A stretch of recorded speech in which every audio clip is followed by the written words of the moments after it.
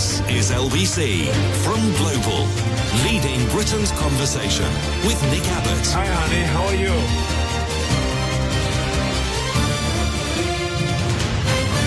Well, let's get back to it. These are messages sent through yesterday that I could not read because I was up to my eyeballs talking about the issues. This says, I'm no biologist, but I think it would only take one male fish to fertilise all the eggs, especially since most fish, rays and sharks excluded, fertilise the eggs outside of the female body. I've absolutely no idea what that is in relation to. Pretty sure I wasn't talking about fish eggs last night, fertilised or otherwise. Maybe they texted the wrong show. Not a clue. Lucy in Balham says, let's try this one, see what this is like. Trump's current lineup is making Bojo and lettuce envy. Calling you lettuce envy, Liz. That is a disgrace. Trump's current lineup is making Bojo and lettuce envy's cabinets look pretty competent by comparison. I think Larry the Cat should try to improve the talent pool. Well, if that doesn't start World War III, I don't know what will. Very insulting.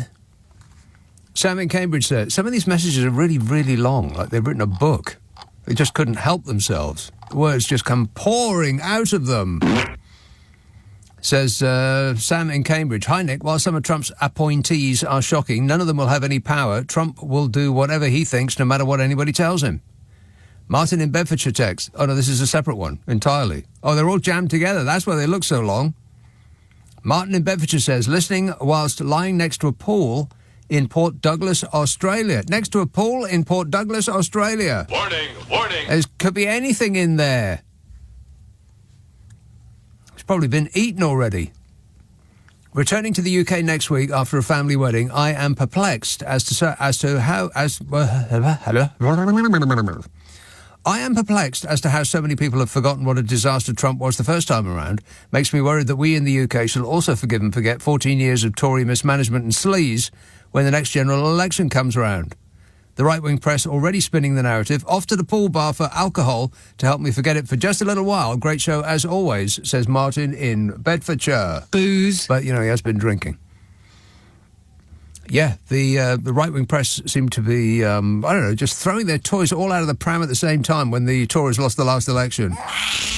Instantly blaming the Labour Party for everything that has gone wrong in the world.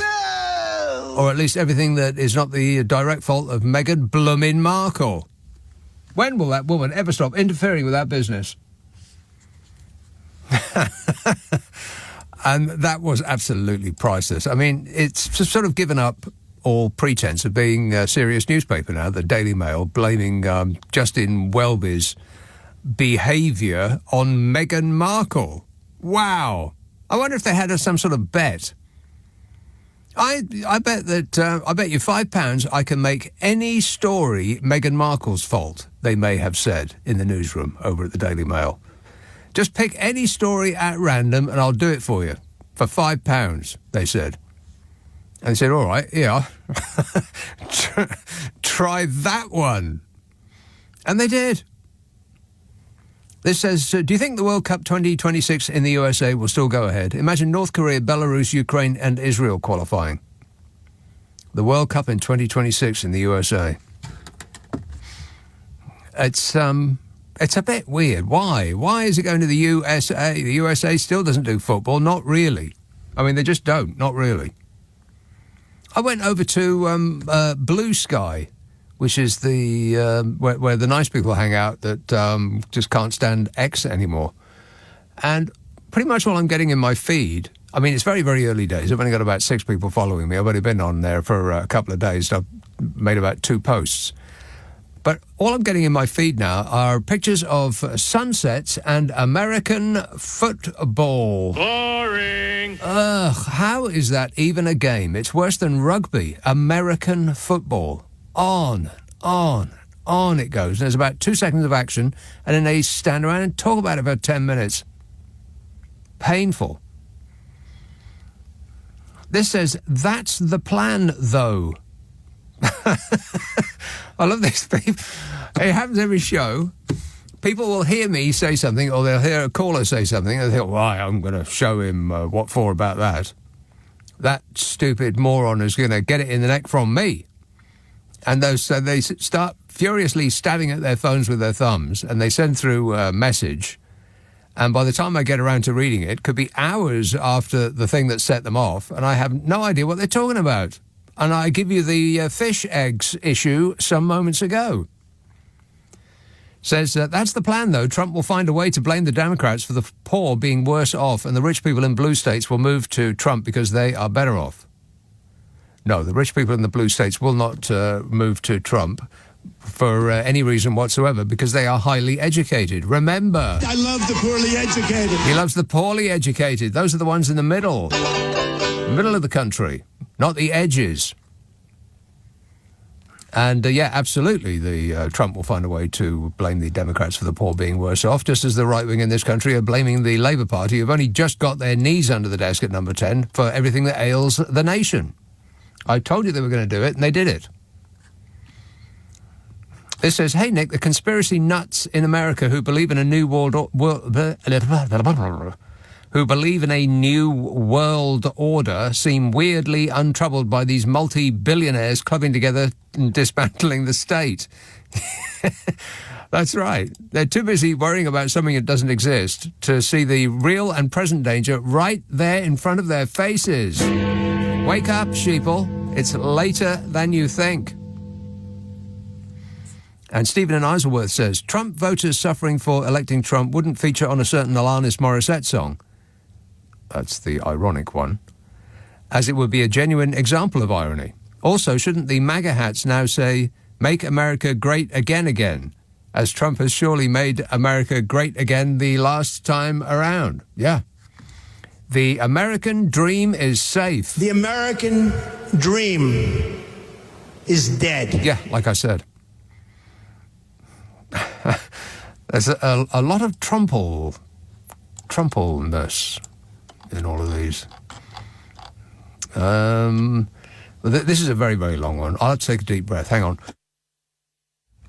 Dave in New York says, if I'm honest, the hardest thing to process is not Trump's victory. Trump won both the popular vote and the Electoral College fair and square. Yeah, I bet he didn't. I mean, think about it. Here's a man who has cheated in absolutely everything his entire life. Everything his entire life he has cheated at. He's cheated people out of paying them. He's cheated contractors, stiffed them on the deals that he made with them to build his buildings. He's cheated on his... I may not have all of the details of this right, but it's more or less. He cheated on his first wife with his second wife, and cheated on his second wife with his third wife, and cheated on his third wife with a porn star that he then tried to pay off. And it basically cheated, and he famously cheats at golf. And the one thing that is going to keep him out of jail, that's the thing he doesn't cheat at, the last election? Come on. Fair and square. I don't do anything that's fair, and I am hip to be square like Huey Lewis.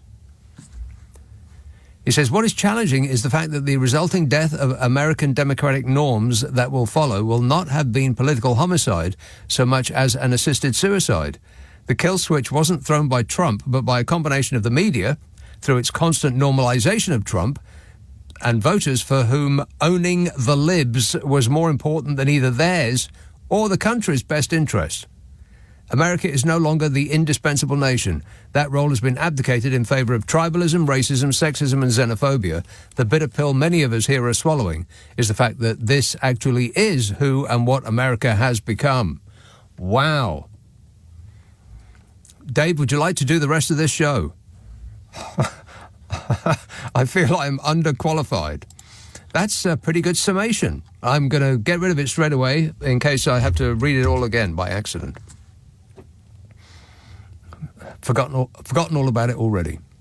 Yeah, never mind about that. Who's going to be the next presenter of Match of the Day? That's what I want to know. 03, I have people in mind that I don't want it to be.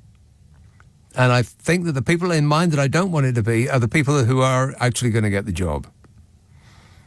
I think the people who shouldn't get the job are going to get the job, not because of any excellence in the task at hand, but just because they tick a box. Very, very disappointed.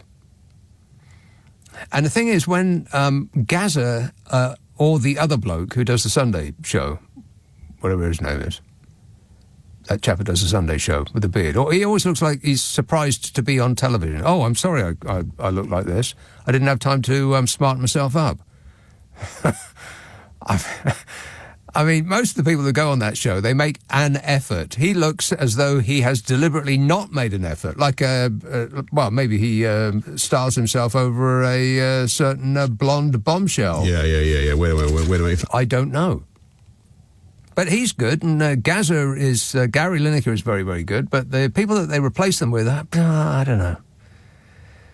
They're just... You can see the fear behind their eyes, apart from anything else. I'm sure that TV looks very easy, but actually isn't. And the least it looks like you're doing, I would guess, the more difficult it actually is. I mean, if you're reading off a script, or you're having a debate program or something like that, then it's probably quite easy because you're just chatting. But if you're looking into a screen and you're reading off the auto cue, that's not very easy. It seems like it would be easy, but it isn't. To be, pleasant and cheerful and homey and, because you're being invited into people's living rooms. And some of them, they just look like they're terrified. They do not look comfortable. And that is the primary function of a television presenter, to look comfortable. Which is why the big money gets given to people that don't really appear to be doing very much. Like Ant and Dec, for instance. I mean, are they funny in and of themselves? No, not really. Are they particularly interesting? No. I mean, is there anything about them that you would cross the road? I mean, would you think, I wonder what Ant and Dec think about that?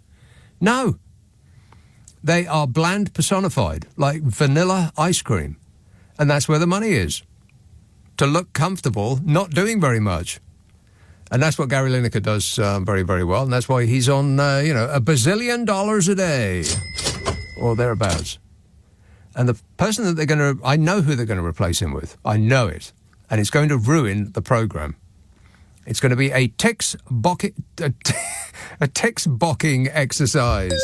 That's what it's going to be. I want you to write this down. Tick-bocking. 0345. I have screwed this programme up so comprehensively. Within the space of the first 15 minutes, it's a miracle we're still on the air. This is LBC with Nick Abbott. Call 0345 6060 973. Text 84850. Alexa, send a comment to LBC. Hello, everyone. 0345 6060 973. Chris in Bath says, economic theory and evidence also show tariffs inflate prices due to a reduction in competition. Internal producers raise prices, hence doubly bad. That is fake news. It's amazing. Is this a real life, or am I hallucinating? That man is going to be the world's most powerful person again? Good grief. This one says, like a toddler, Trump is testing how far he can go with his proposed individuals for office. He managed, as a convicted criminal and riot instigator, to become president-elect again. Yeah, he did. Again. And this one says, lower educated people are easier to manipulate. Correct. Yes, and not in a good way either. Elstree, hello, Joe. Oh, hello, Nick. Hi, I just thought I'd call in because this is a very tough moment for us liberals. We have the situation where a madman is going to be in power from 2016 again. And I well remember looking back in 2016 to 2020, the world was a very dangerous place. There were wars, there were rockets, there was uncertainty, there was threats of nuclear Armageddon, and it was a tough time, and we're about to enter that period again. Yeah, I don't think we ever left that period. To my knowledge, and in my lifetime, we have always been under threat of nuclear war and Armageddon, and rockets have been going here, there, and everywhere, and misery has filled the air. But absolutely, I mean, from when Biden was in 2020 until recently, the world's been a very quiet time. It's been very quiet. There's not much conflict. And I well remember. Do me a favour, Joe. What are you talking about? The world has been very, very quiet. Well, open the window, mate, and you'll be able to hear it. And here's the noise. Everywhere. Sorry? Well, no, Nick, 2016 to 2020, it was dreadful. Yeah. There were threats everywhere. Yeah. And now this madman is back again. I mean, on January the 6th, we well remember, he told his supporters, to go home and go home in peace. Oh, no, sorry, he didn't say that. Yeah. Come with me and we'll have a little walk up to that big white building up there, he said. And then he scarpered off and watched it on TV. See what would happen. But we need a safe space for us liberals to stand together. We need to console ourselves because what happened on Tuesday the 6th was dreadful. Get over it. There is no consoling. The life will go on. It'll be utterly miserable for most of the people on the planet, and a few very, very lucky individuals will sail through, and life won't touch them. And that won't change tomorrow, and it won't change the next day, and it won't change in 100 years, I warrant. In fact, it'll probably get significantly worse under the current trajectory. How did it go so wrong there? How did it go so wrong? I mean, Kamala was stood there with her friends, all her celebrity friends. I mean, the Democratic Party is a great institution. I mean, at times it did sound like a Diddy party. I mean, with all the people standing up there. Like a Diddy? With you. Oh, a Diddy party. You mean like P. Diddy or Doody or whatever he calls himself? Whoop Diddy scoop poop. Well, yes. I mean, the Democratic Diddy party, they all came out because they had to, because unfortunately there's probably some not nice footage of them attending a Diddy party, so they really have to come out and support Harris anyway. I mean, you're really straying into the land of make-believe now, Joe, and I do believe that you are trying to make a point that you're not actually saying out loud, but it's the opposite of what you are presenting yourself as. Found out. Better luck next time. 0345 6060 973. He wants a safe space. Well, just get over it. Make your own safe space, mate. Your name's not on the list and you're not coming in. Liz texts, we can have a good laugh about Trump in the UK, but a lot of people who live in the USA are going to suffer. Musk thinks we'll be able to live on Mars. A huge waste of money that's going to be. Yeah, Elon Musk doesn't think we're going to be able to live on Mars. Not in his lifetime, anyway. I mean, not live as in, live. We might be able to visit it for a very, very brief period. And if he's so keen to get there, how about you take the first rocket, Elon? If you're so confident about it. How about we put you on that giant tube of explosive material and blast you off? Just anywhere would be good. Chris in Northampton says, I am voted Trump. He being is our saviour, hail the Trump. Please don't stopping say Trump voters is uneducated because we am voted for him. That's almost if it hadn't have been for that poem that I read out yesterday, that would be my favourite message so far this weekend. Good one. Let's have Merthyr Tydfil. Hello, Jeff. Hi, Nick. How are you doing, boy? Good, thanks. It's so depressing. Come on. Cheer up, mate. It might never happen. Oh, no, that's right. It already has. Well, what I thought I'd inform you of. Farmers. Do you remember? Farmers. You're going to talk to me about farmers. No, that happened in Llandudno, didn't it? That was north. North is Llandudno. That's where the goats roam, isn't it? Llandudno. They came down from the hill there. They were on the Great Orme. And then that's right, yeah. And then they roamed around the town. Absolutely fearful looking things. I mean, I was surprised they weren't in a zoo. They're actually allowed to just wander about the place, doing as they please. God, you know more about Wales than I do. I was just going to try to tell you about Phosphorant. Do you remember? Right, the big hole. Yeah, the big hole in the ground that didn't exist. Apparently, they told them to stop digging coal, and they said, "Right, you are, Governor," and they carried on regardless. Exactly.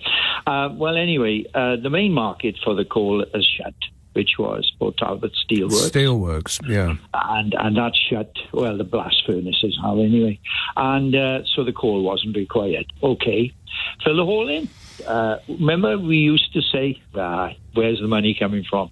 Well, there was officially this week a committee went up from the Senate to investigate, and guess what? It is now official. There's no money to fill the hole. Right. So what are you going to do with the big hole in the ground? Well, it's been estimated at 120 million or something to fill it in. But over the last... With what? Money? Yeah. 120 million pounds to fill a hole. Good grief. It's not a pothole on the M1, is it? No, that's a conservative estimate. Anyway, they went up and they had a look at this, and they're all shocked and everything. And it's a committee, environmental committee, and it was concerned. Its main concern are other coal tips. There's hundreds of them, and a lot of them are in dangerous condition. They could collapse. Yes. So this is a problem that's ongoing. Well, that is a real problem. Yeah. Well, anyway. In the report, or in the what they said was happening up there, their coal has been stolen out of there. I'm sorry, what now?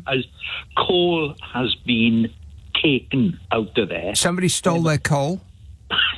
It's still disappearing, and nobody knows where it's all going. So, you mean to say that people are like walking up and putting a couple of bits of coal in their pockets and walking away with them, or people are coming in with fleets of digger trucks and loading them up? Right,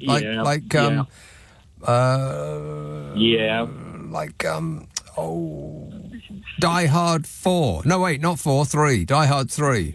I think the company's called Butch and Sundance, I think. I'm not sure. But The thing is, the whole thing is such a scandal. It's unbelievable. But anyway, I thought you'd take your mind off Trump, because it's so awful what's going on. Well, you called in State My Mind Off Trump by describing a great hole in the ground. That's great. Well, I thought you were good looking. Okay, all right. Okay, excellent work there, Jeff. Thanks for that. 0345 6060 973. Whole news on the Nick Abbot Show. The latest whole updates. 24 hours a day on LBC. Still there. Charles says, have you ever studied economics? Oh, economics. Boring. I sat there for a while and people spoke economics at me and couldn't wait to get out to do anything else. He says, tariffs create a difference between the price paid by consumers and the price received by suppliers.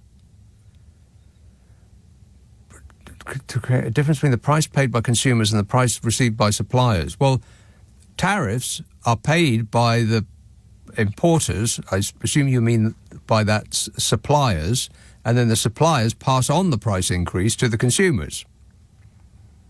Anyway, carry on. It might make sense if I read right to the end. The government collects the difference. You're wrong to say that consumers will pay the tariff. They will. Of course they will pay the tariff. Who's going to pay the tariff? He says they might, or suppliers might receive less. Yeah, that's right. That's what suppliers are going to do. They're going to absorb the extra costs without passing it on. Wow. And you say, I don't know anything about economics. You're an idiot, Charles. I can't be bothered to read to the end of it because that's just plain silly. Of course they're not going to absorb the costs. They're going to pass them straight on, because if they absorb the costs, that would impact their profitability. And they're not going to want to do that. No. No. I mean, we just had the spectacle of major corporations that make billions and billions and billions of pounds a year in profit, saying that, putting their hands to their head and doing a Victorian fainting fit at the idea they might have to pay their low-paid staff 10 pence more. Oh, how are we going to be able to afford that? Says a company that made £2 billion in profits last year. They're not going to absorb the costs. He says, please think about it and try not to be so simplistic. It is simple. It's called greed, Charles. It's as simple as that. That's what economics is. It's greed. Greed and panic. That's all economics is. You understand that, and you'll know everything that you need to know about economics. Long periods of sticking your snout in the trough, punctuated by brief periods of absolute panic. That's all economics. That's all psychology is, really. Oh, but now you've got an ology. You're welcome. Nick Abbott on LBC. Call 0345 6060 973. Right, so what we doing? Gibbon, we're doing a radio show. I do a podcast with Carol McGiffin, though. Oh, right, yeah. It's called What's Your Problem with Nick and Carol, and I do believe you'll find it a delight. The idea is that we take questions from people who have dilemmas, the things that they are concerned about, things that are happening in their life that they want a bit of advice on, or just stuff that they always wondered about. I wonder why that is. Well, ask us. We know. No? No. Mostly no. But we make an effort, and every now and again we really knock the ball out of the park. If you want us to bend our brain at your issue, simply send it to the following address, nickandcarol@global.com, nickandcarol@global.com, and prepare to be totally satisfied. Oh, right, yeah. Ask for it by name on an internet near you. What's your problem with Nick and Carol? We're edging towards our 300th episode. 300 episodes old. The Bank of England governor has warned of global trade risks after Donald Trump's election win and called for rebuilding of ties with the European Union. What? Let me just check one thing before we go any further. How's Brexit going, by the way? Brexit's going great. Glad to hear it, Nige. How's Clacton working out for you? Clacton. It's where you're MP of? Never mind. The Bank of England governor bemoaned the economy's lacklustre performance since the 2008 credit crunch. Andrew Bailey insisted the consequences of Brexit could not be ignored. And everybody who had anything to do with it is busy ignoring it. And that speech was heard by Rachel Reeves, the Chancellor, who was in the audience and who is currently ignoring the consequences of Brexit. Fabulous. In his Mansion House speech, Andrew Bailey, out of the Bank of England, argued that Brexit had weighed on UK PLC and urged the government to welcome opportunities to rebuild relations while respecting the decision of the British people. Yeah, that's right. We must respect the decision of an increasingly dwindling number of British people who had no idea what they were voting for and based their decision on a tower of lies so high you could reach space by climbing up them. Bailey expressed concern about the impact of geopolitical shocks.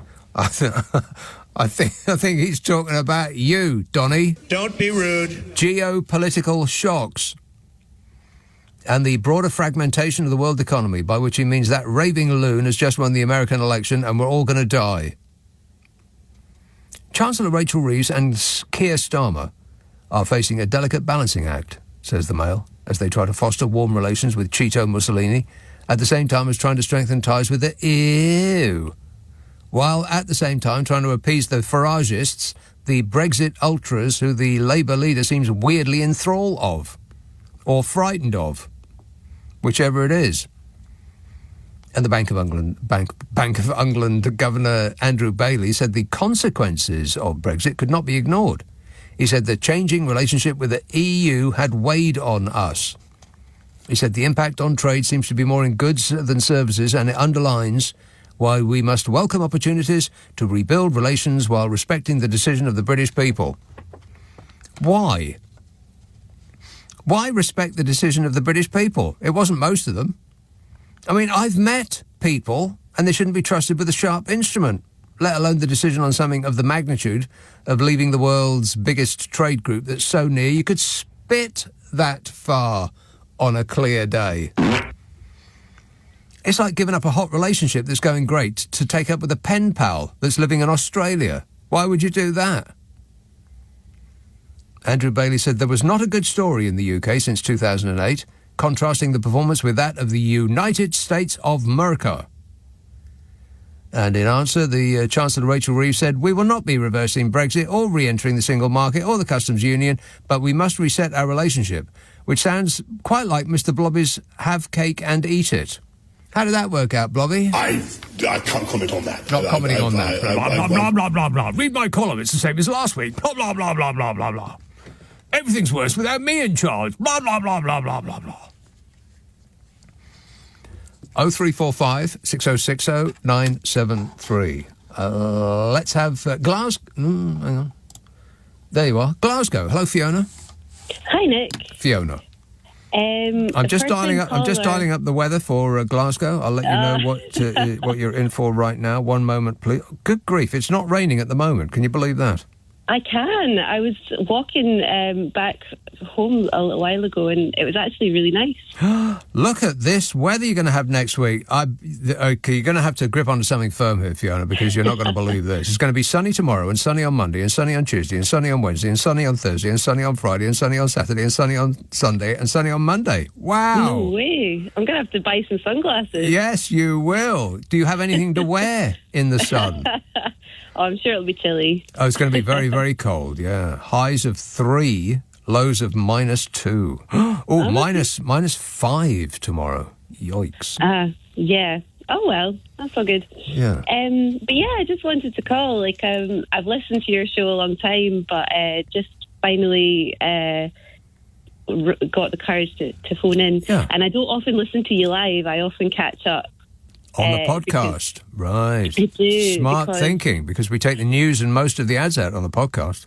Exactly. But I also quite like it. It's something I look forward to when, start of the week, and, it's nice to have something a bit lighter. Well, that's the beauty of the podcast, that you can listen to this show anytime you like. You don't have to be there on Friday and Saturday night. You don't have to sit through the whole thing, because, most people will get tired, sort of as the clock reaches towards midnight, you get a bit droopy-eyed.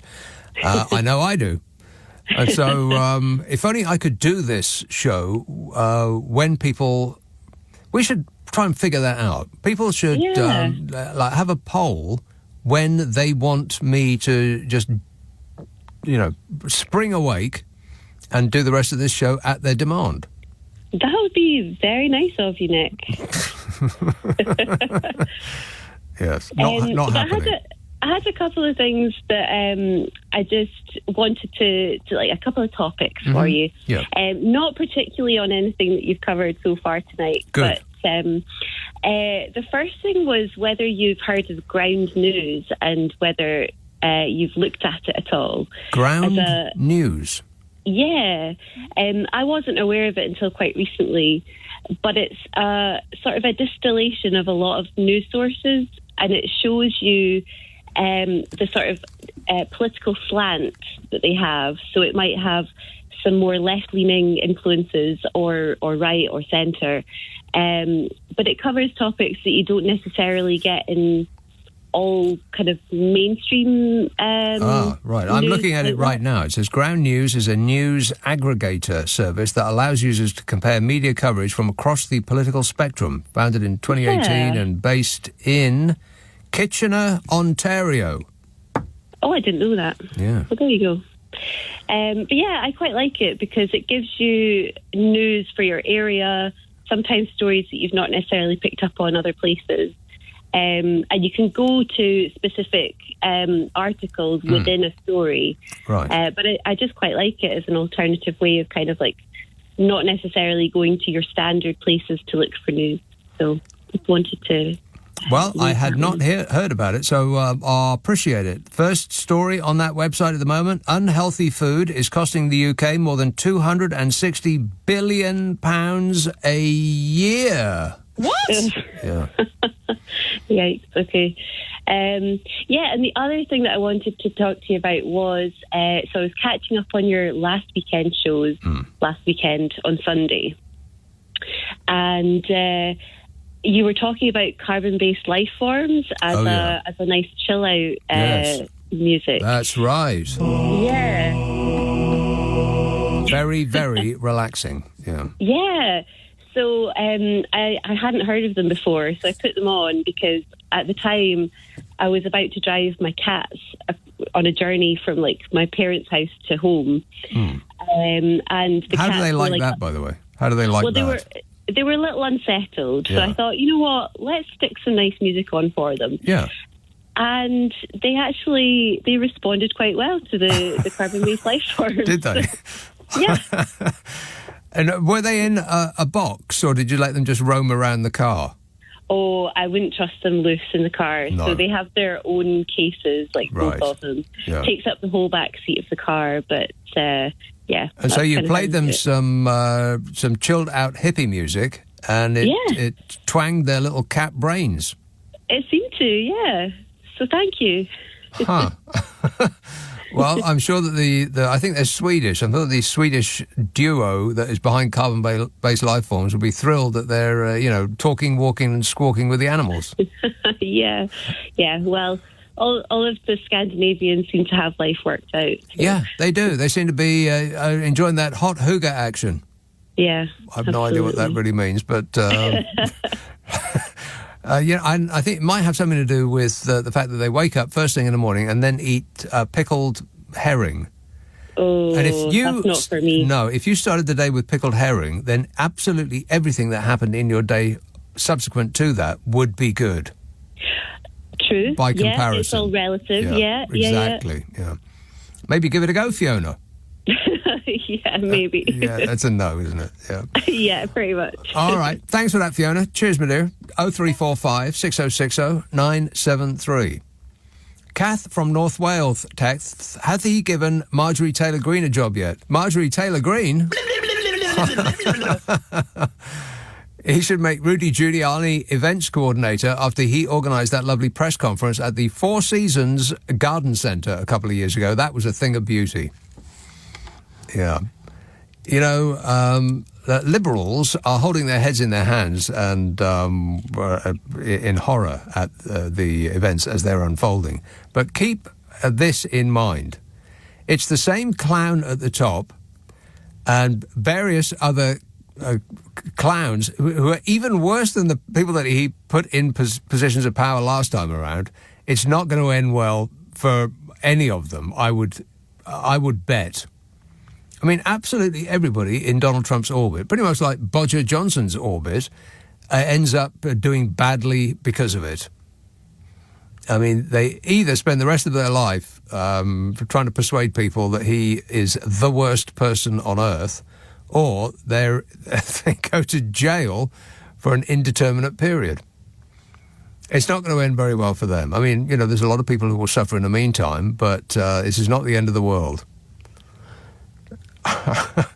Unless somebody accidentally gives him the nuclear button instead of the button that orders him another can of Diet Coke.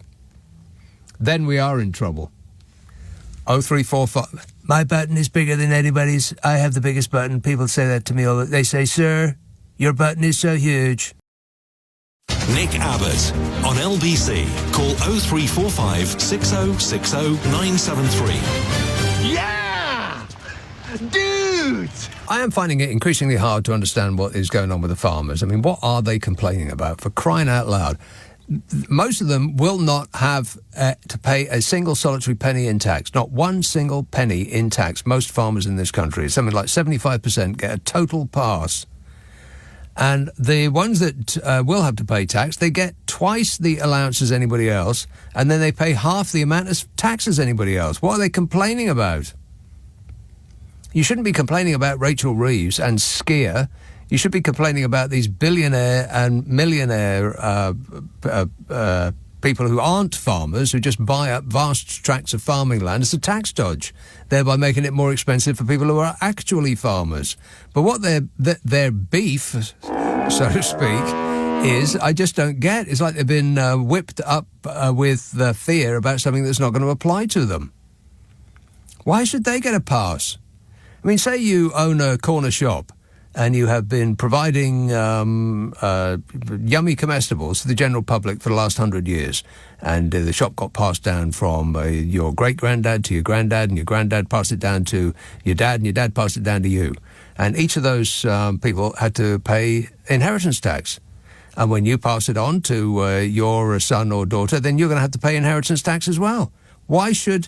If the shop owner has to pay inheritance tax, then why should the farmer not have to? What's the difference? They're both providing food. They're both providing a service. Just because you're up to your elbow in cow every now and again doesn't mean to say you should get a pass. And, by the way, if you hold up traffic, that is 5 years in jail. The precedent has been set. You can pass the time discussing climate change with the Just Stop Oil people. 5 to 6 years in jail for stopping traffic. Keep that in mind.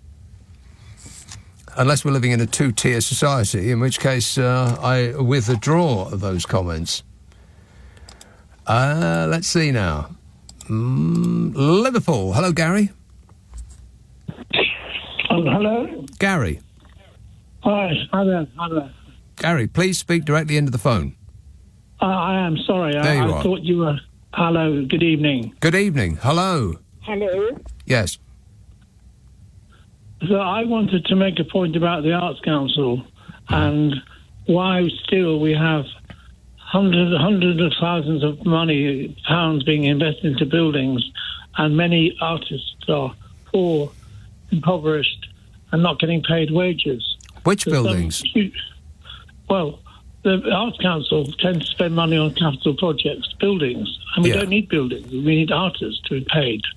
And this is the sort of constant formula that has to change. Well, which buildings is it that they're spending money on that aggrieves you so? All over. You go to any city, any borough, any market town, and there's always some new building being erected to do something, and you can find another 50 buildings that are empty. You know? But you're saying the Art Council is spending money on these buildings, so they're making them into galleries or exhibition spaces of some sort. Is that what you mean? Or theatres and so on? Yes, but we've got enough empty buildings to actually counter that spend and spend the money on art, people making art.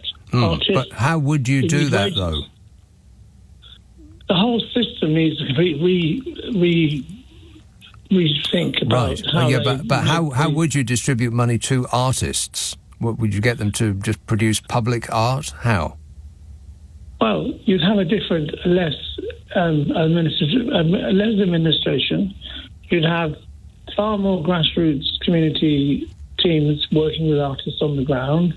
You'd have a lot less form filling, and it's far too much administration. And you have too many people working in the Arts Council who actually don't have the active experience about what art is really about. There's a whole big issue. There needs to be a Royal Commission into what the Arts Council is for. Right. I mean, I don't think it functions anymore. Right. I don't really know anything about that, and it's a bit left field, even for this show.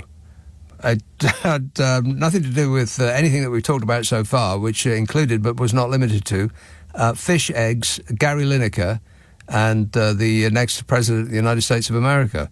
But the Arts Council, I don't really know anything about the Arts Council's funding, but it is a difficult thing when you start to... I mean, how do you distribute money to artists without getting them to produce something that is like a public work of art? And there's only so many places you can put those. You're talking about maybe giving artists a wage.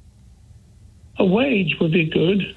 Well, but then how would you distribute that? How would you decide who gets what? I mean, most artists are like actors or anybody in the arts. They earn nothing at all.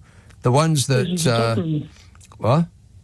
This is one of the big problems. The Arts Council is spending money on buildings, and there's money that could be spent on wages to pay for artists to make work happen. Yeah, but you can't give every artist a wage. They have to either stand or fall on their ability to sell their work. And what is a shame is that artists get paid so little for their efforts, and their efforts are, as a whole, make life worth living. I mean, it's one of the reasons that people come to this country as tourists. All the top tourist attractions are art-related. Yeah, but it's top-heavy with big buildings and big institutions. Right, well, I don't know anything about that, Gary, but I wish you all the best. All right, thanks a lot, mate. Can't really go anywhere with that. Don't know anything about it. But I do know that artists in general are dismally paid, and they just can't make a living at doing something that is life-affirming, which is a shame. And you could say that about many of the things that are life-affirming. Being a banker Nobody wanted to go and see anybody's work as a banker, but they get no end of money. Artists, on the other hand, they get precious little, apart from the ones that you've heard of, and they get so much money they don't know what to do with it. I mean, some of them literally get so much money they do not know what to do with it, so they open their own art galleries and then find they've got nothing to show on the walls. There's certain incredibly rich, massively successful artist that I'm thinking of right now who's created an incredible art gallery in London. And to my knowledge, it's never opened because there's nothing to show on the walls. Great building, though. 0345 6060 973. Let's have Manchester. Hello, Sam. Hello, good evening. Sam. Yes, good evening. Yes, Sam. Yes, I just wanted to talk. You mentioned, you've been talking about Trump. Well, for me, it wasn't shocking, but it was a surprise that, he's got back in. Leading on from some of the comments that he's made regarding, the biggest expulsion of... Yeah, mass deportation. Yes, yeah. It is quite worrying that, over the Atlantic, what Trump does, what happens in America does have an effect on what some people in this country think and their views. But here, migration always, it's always been a hot topic, more so in the last sort of 5 to 10 years. Yeah. Because of certain oily individuals who took advantage, yeah. Yes, yeah. As we know, the vast majority of migrants that come into this country come through the legal route, so they issued visas. Yeah, they arrive at Heathrow brandishing paperwork rather than arrive at Dover brandishing flippers. Yes, exactly, yeah. So the ones that arrive by boat make up a tiny minority. But all of the news stories, all of them, yeah. So it's quite worrying the way people, make migrants a scapegoat in the sense that, the problems are caused by them. But that's always been the way. People have been doing that since the dawn of time. The reason that you have a problem is not your fault, and it's certainly not my fault. It's their fault. That always works with a certain number of people. Let's say 35% of the population, and that's pretty much all you need to win an election. Yeah, well, it's like housing. For example, if you look at Manchester's had a massive increase in the number of projects. The number of, sky-rise buildings that are going up is phenomenal. Hideous, dull, artless blocks of tiny executive flatlets. Yeah, they're everywhere. When I was a kid, I used to walk into Manchester. It was lovely. The Skyland's gone. They're building a 20-story apartment block next to the beautiful old fire station. Yeah. Tell me about it. I'm sitting in London. You go to London, you look up and down the Thames, and it's not London anymore. You might as well be Singapore or Bangkok. Could be anywhere. Yeah. But I speak to my friends, but they say, "Oh, well, we need these buildings." Yeah, no, we don't. I said, "Well, can you afford to live in them?" They say, "No." Yeah, exactly. Yeah, exactly. So, yes. What's the point? So who are these buildings for then? The buildings are for investment funds from foreign countries like Malaysia, for instance, who will buy the entire building and then rent it out. And they're not really that bothered whether they rent the flats out or not, because it's just diversifying their assets, and they just want a building in London that is not going to decrease in value. Yeah. But Manchester now, it was in the paper a couple of days ago that it's now the second most expensive place to rent. Yeah, I'm sure. Because they did a study, in comparison to what people earn in Manchester and what the rents are like. Yeah. So that's because...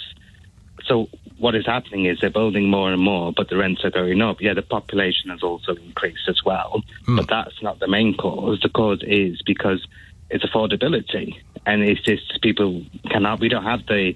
you have the London living allowance. obviously get the London living wage. Yeah, but even that doesn't go very far. That'll get you 2 pints in a West End pub, the London Living Allowance.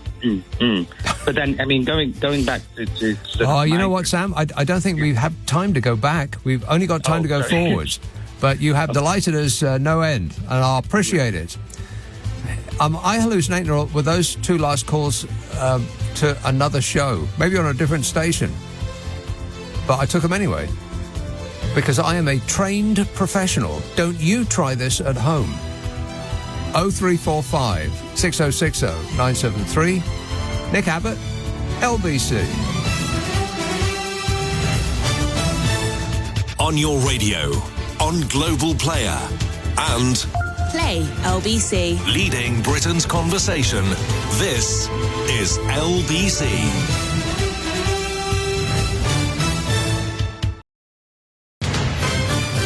This is LBC from Global, leading Britain's conversation with Nick Abbott.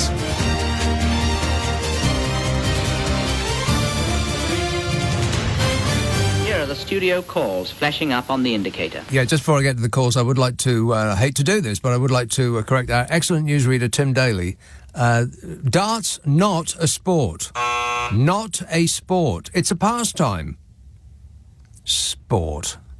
Just because it's on the sporting channels doesn't mean to say it's a sport. They put poker on the sporting channels. That ain't a sport neither. If you can perform it at the highest level while being fat, it's not a sport. It's a pastime. Just wanted to point that out.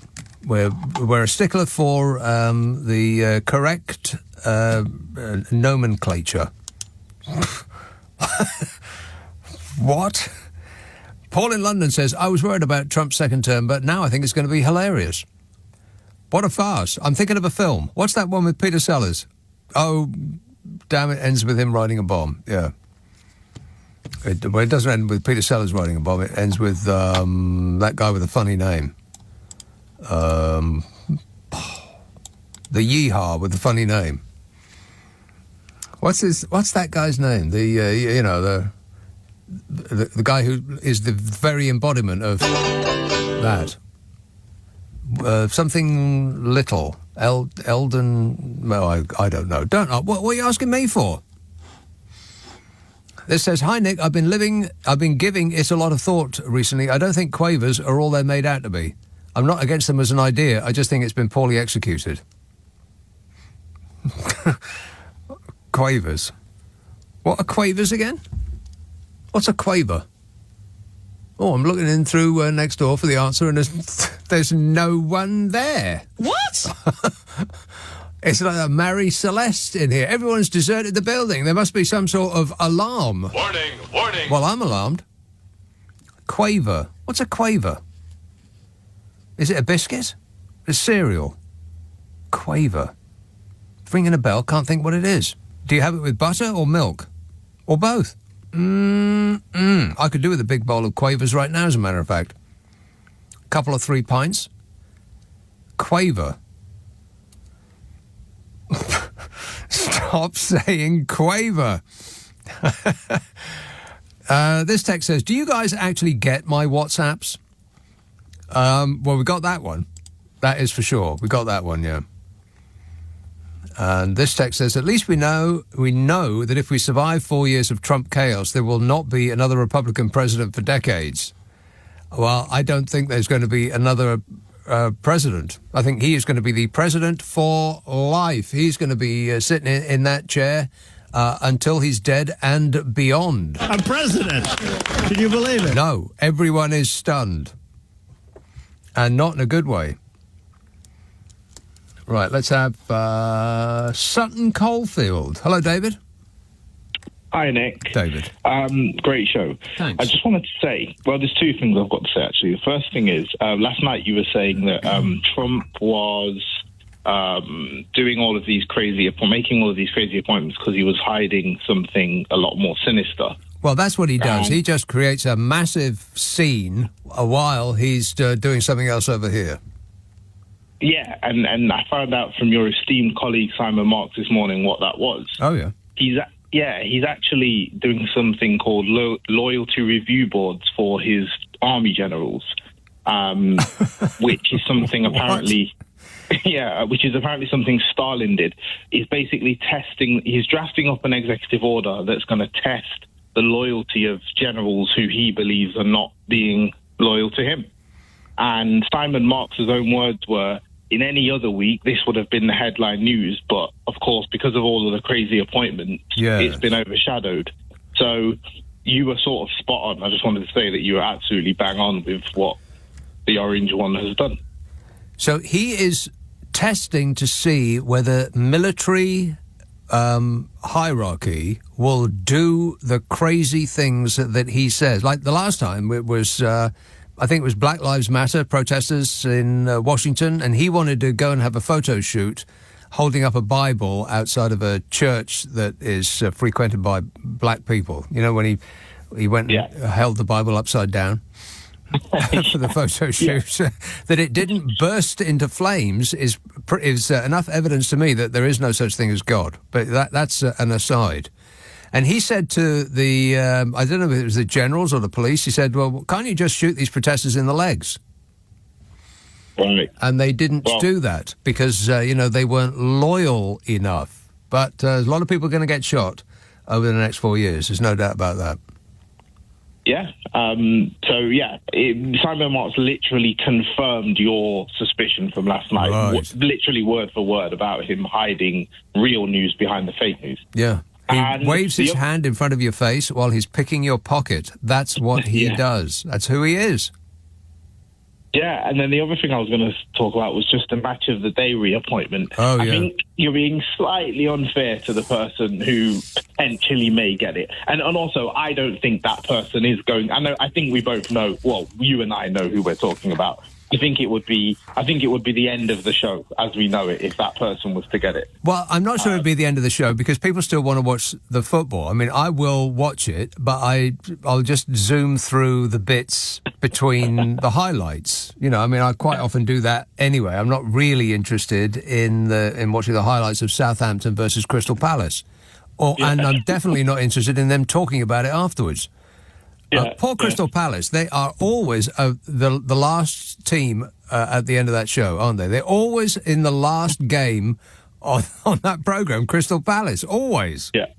Yeah, or Bournemouth or someone equally as terrible. Right. Poor Crystal Palace. Today, okay. Yeah, that's all I have today. All right, good work. Excellent. Thanks a lot, David.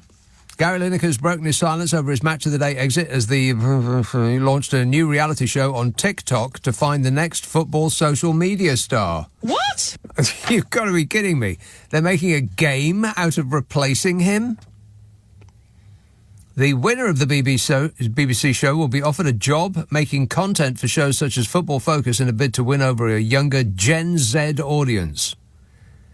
How old are they again? Gen Z? What are they, like teens and 20s? Don't know. I'll look that up later. Lineker is going to step down as a host of the Football Highlights programme at the end of the season, but will continue to present coverage of the FA Cup until 2026 and the World Cup, assuming that there is still a world in 2026. A TikTok reality show is going to look for the next football expert that will appeal to younger viewers. Oh, for crying out loud, just get a footballer. What difference does it make? Well, they're going to do a little dance on the show while they're explaining it to us. Here is the offside rule communicated through the medium of dance. This is, just... The site says, we're looking for a talented football obsessive who is as comfortable explaining the latest tactical innovations to fan culture as interviewing top players. Oh, well, it's all credit to the manager, and it's all credit to the fans, and it's all credit to the manager and the fans and the lads. The lads done great. Lineker refused to speculate on who may be taking his place as rumours grew around Mark Chapman. That's him, Mark Chapman. Well, he should go to him, but he should smarten himself up a bit. For crying out loud, man, you're on television. And he's the regular Match of the Day 2 presenter. And Football Focus host Alex Scott. Yeah, I think that she was who I was thinking about, who always looks terrified. And I don't think she has the gravitas. And it's not because she's a woman. It's got nothing to do with it. And Gabby Logan. No. I think the female commentators that they've got are bedded in really well. And it doesn't occur to me anymore that there's a woman commentating on the match.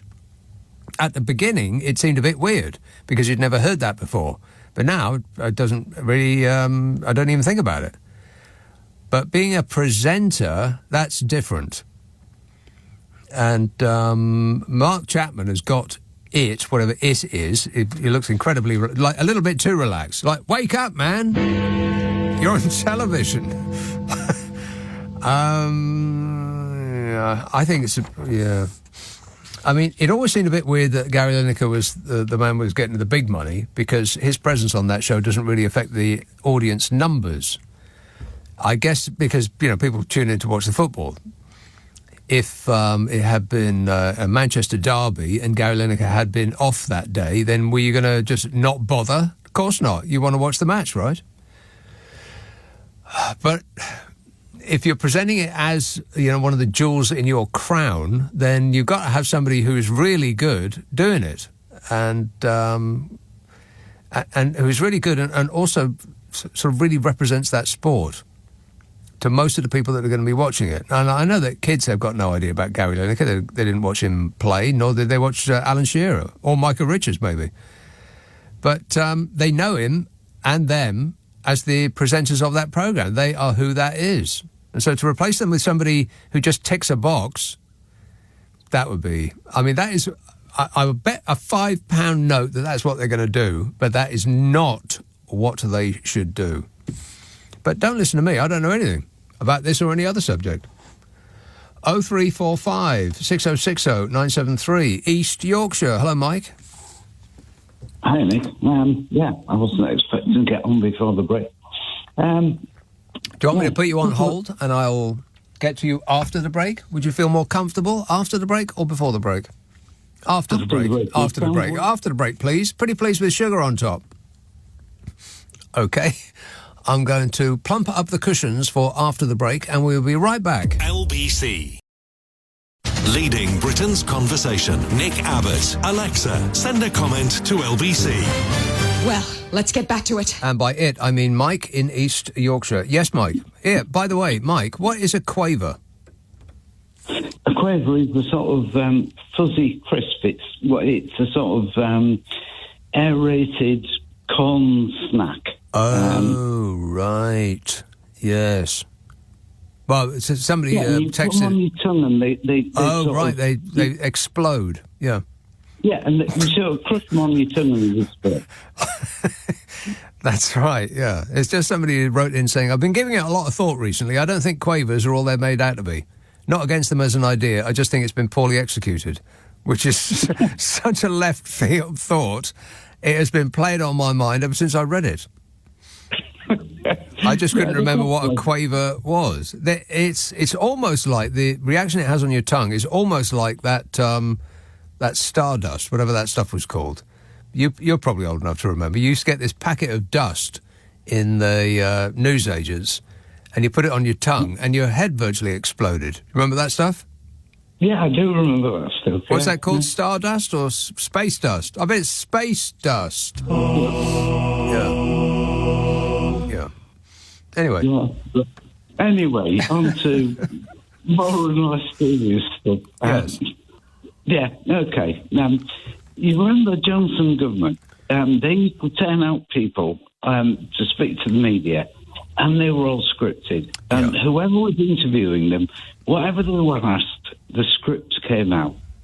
And it was amazing that they all said the same thing over and over and over again. Yeah. And whatever the question made no difference. They just continued with the script. Right. Right. What people really want to hear about, and then they'd answer a different question. Yeah, exactly.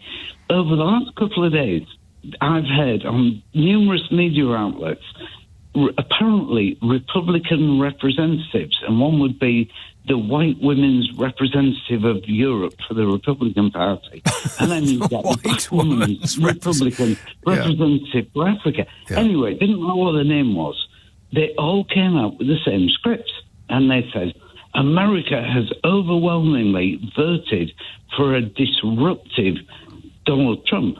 And he has appointed disruptive people because that's what the American people voted for. Yeah, no, they didn't. In the first case, a lie, because only 50% of Americans voted for Trump.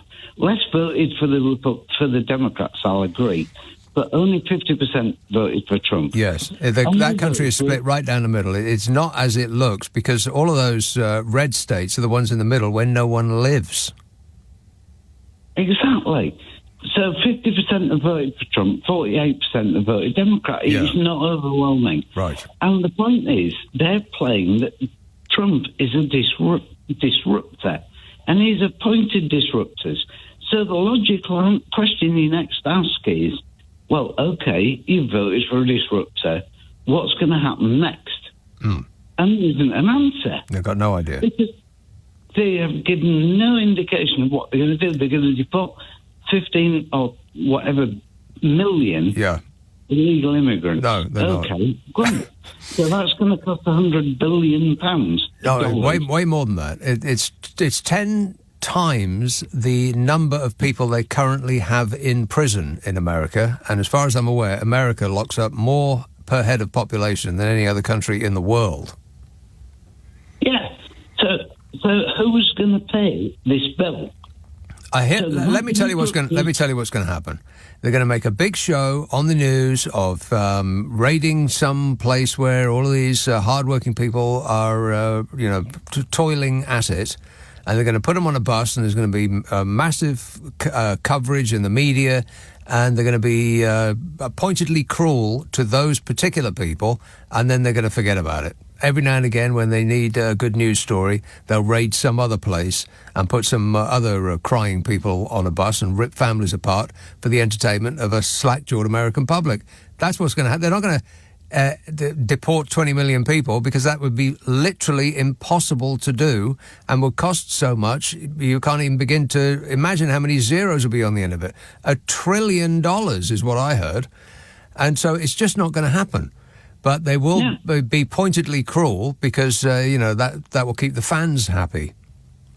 Yeah, exactly. And look at we're talking about eating cats and dogs things and the Haitians. The town these people were living in, Springfield, when the actual residents were asked, they said these are great, hard-working people. Yes. Without these people, our town would have crumbled. Exactly. They kept us alive. So there's no reality to what Trump is saying. No, well, there's no sense to any of it. Everything that he's saying he's going to do is being subverted by the things he's going to do. I mean, I'm going to bring prices down, he says, and then in the next breath, I'm going to have a trade war with China. Well, that's great, Donny, but you can't have both. No, exactly. And what people have voted against in the American election is the price of eggs have quadrupled and the price of gas has doubled. Yeah. So they voted against the people who were in power when that happened. It's misinformation. This is why Elon Musk bought Twitter, not because he thought that it was that he was going to make a great success of it and make a lot of money. He bought it because it was the world's biggest megaphone that was currently on sale. That's why he bought it. And millions and millions and millions, just like in Brexit, and it's the same people who are behind it, millions of targeted adverts telling people on the one hand, depending on their racial makeup, that Kamala Harris was all for white people, and on the other hand, sending it to a white neighborhood that Kamala Harris was all for black people. I mean, that's broad strokes, but that's pretty much what happened. And so that's what giving up your information actually means. Because all of those times that you go on a website and they say, do you want us to track your cookies? Do you want us to know this about you or that about you? And you just can't stand it anymore. So you go, oh, God, yeah, all right then. At that point, they're taking information from you and they are going to use it against you. Yeah, I agree. And you brought that up. The day after the referendum, Tony Blair was on TV and he said, this is a protest vote on a serious issue. And he was absolutely right. People were not happy with the way politics was going. Right. They weren't happy with the politicians. Yes. And they said, stuff you. Well, and they made a vote that has cost us billions and will cost us billions for years. Here's what happened. We were dissatisfied with the direction of the boat that we were travelling on, so we blew it up, because that's better. Yeah, exactly so. And the same thing's happened in America. Price of eggs has gone up. Price of diesel petrol's gone up. Yeah. So they voted the Democrats out. But exactly. What the hell are we getting next? But on the good side, Elon Musk just made another $65 million. I think that's actually true. I think he made $65 million in the couple of days after Trump was elected, and for everybody else, it's going to be an absolute ruinous nightmare. And for the people that voted for him, who are the ones that are going to suffer the most, because it's always the poor that suffer the most, and Donald Trump's fans are the poor and the poorly educated. Those are the ones that are going to suffer from suffer the consequences of their actions. It's not going to be the millionaires. It's not going to be Oprah Winfrey, and it's not going to be George Clooney or any of those people that they hate. They're going to be just fine. All those people in California and New York, they'll be okay. It's all the people in the middle that voted for him. They are screwed. And you know what? They knew what they were voting for, just like everybody in this country knew what they were voting for with Brexit. And in the same regard, Brexit is going to hurt the poor who voted for it just the same. Yeah, and one last thing, Nick, that one. Yesterday, I was 5 years older than you. Today, I'm 6 years older than you. Oh, really? And thank you very much for all your broadcasting. You do keep a lot of us sane. Stop saying that. All right, thanks a lot, Mike, and happy birthday.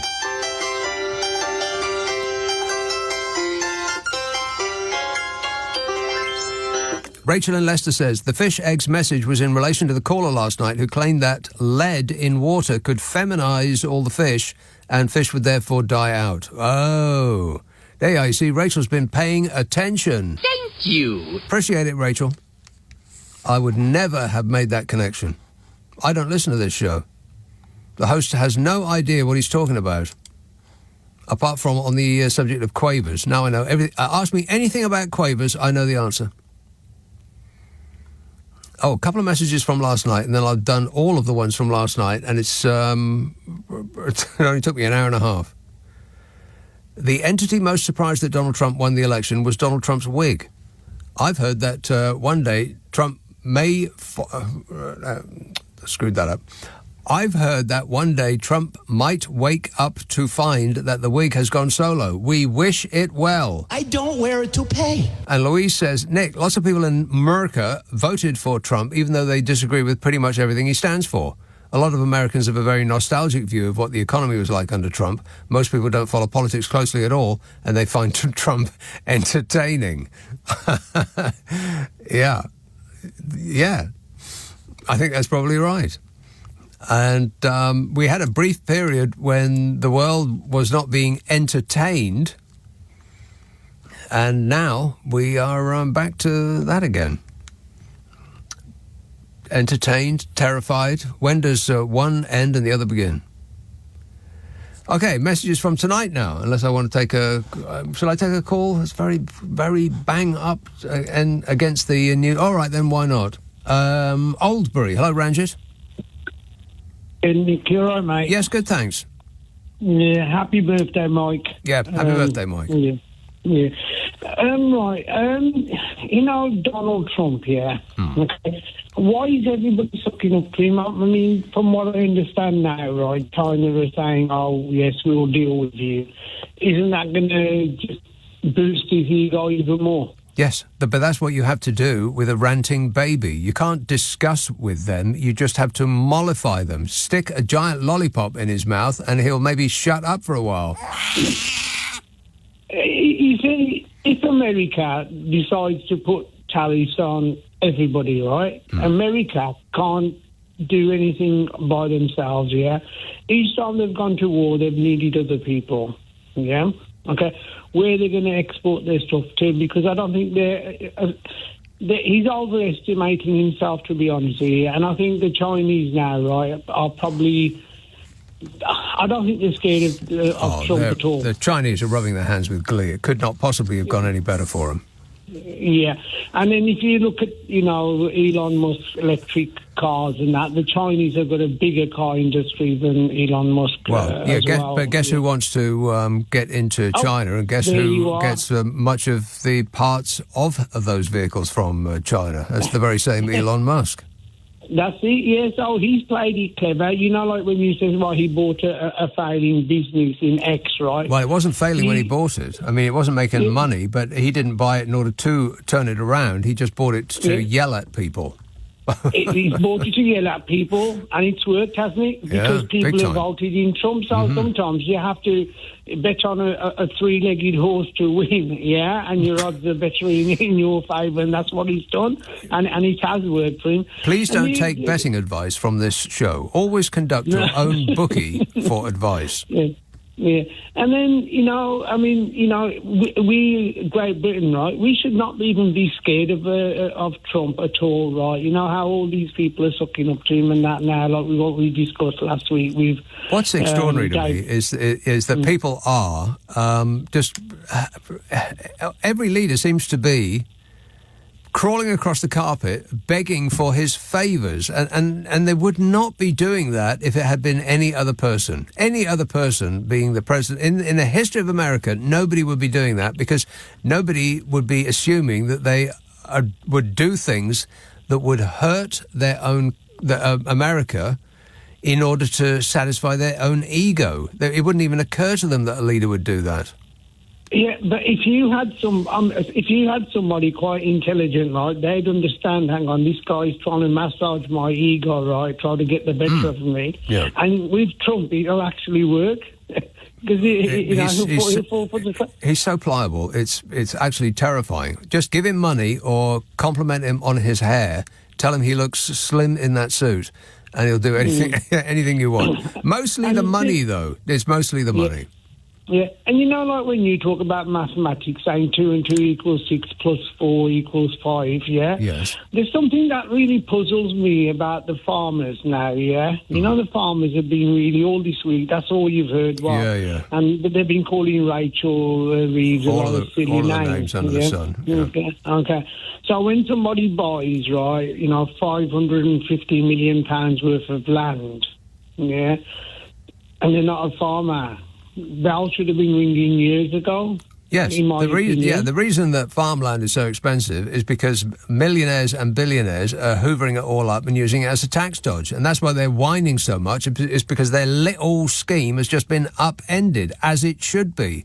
Why should billionaires get a tax break, for crying out loud? And why should farmers get a tax break when nobody else does? Iranji, I'm past the news, but thanks for that. Leading Britain's conversation, Nick Abbot. Alexa, send a comment to LBC. Well, the whole world's gone crazy. Yes, I do believe that is true. I want to talk about UFOs, because there was a lot of information coming out this week about UFOs, but, there was a lot of crazy stuff that was also happening, and so aliens from space kind of missed the news. Because we had plenty of crazy down here. Don't be rude. Martin texts, Nick, Donito is at it already. He's floating the idea of exposing a loophole that can see him running for another term, as his terms were not back-to-back. I'm telling you, he's going to rip up the Constitution and then hand power to his sons. Which one, Uday or Kusei? Maybe both. Yeah, he ain't going nowhere. He's taken over America and he's going to be running it as a family firm. Into the ground if his previous performance is any indication. America is just going to be another one of his failed firms.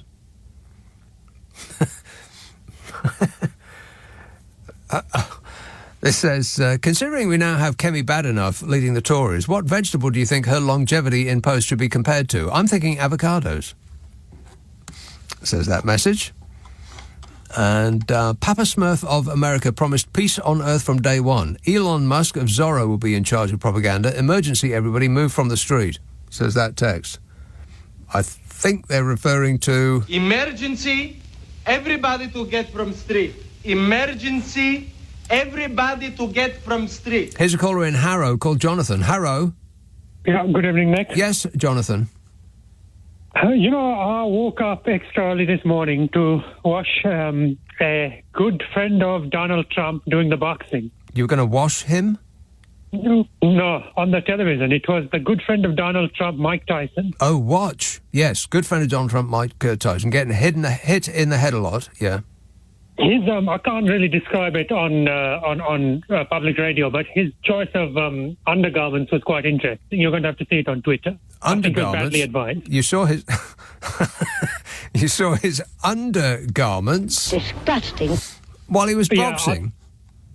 Well, no, in the changing room. He was giving an interview with Netflix, and let's just say we all saw more than we bargained for. Right. More than you actually paid Netflix to see. I understand. It was painful, actually. It was almost as uninspiring as Rachel Reeves, who I know you all love very much on LBC. Mm-hmm. We can't criticize her. Is she qualified for the job? Or? Which job? I'm not saying it because she's a woman, but... Which job?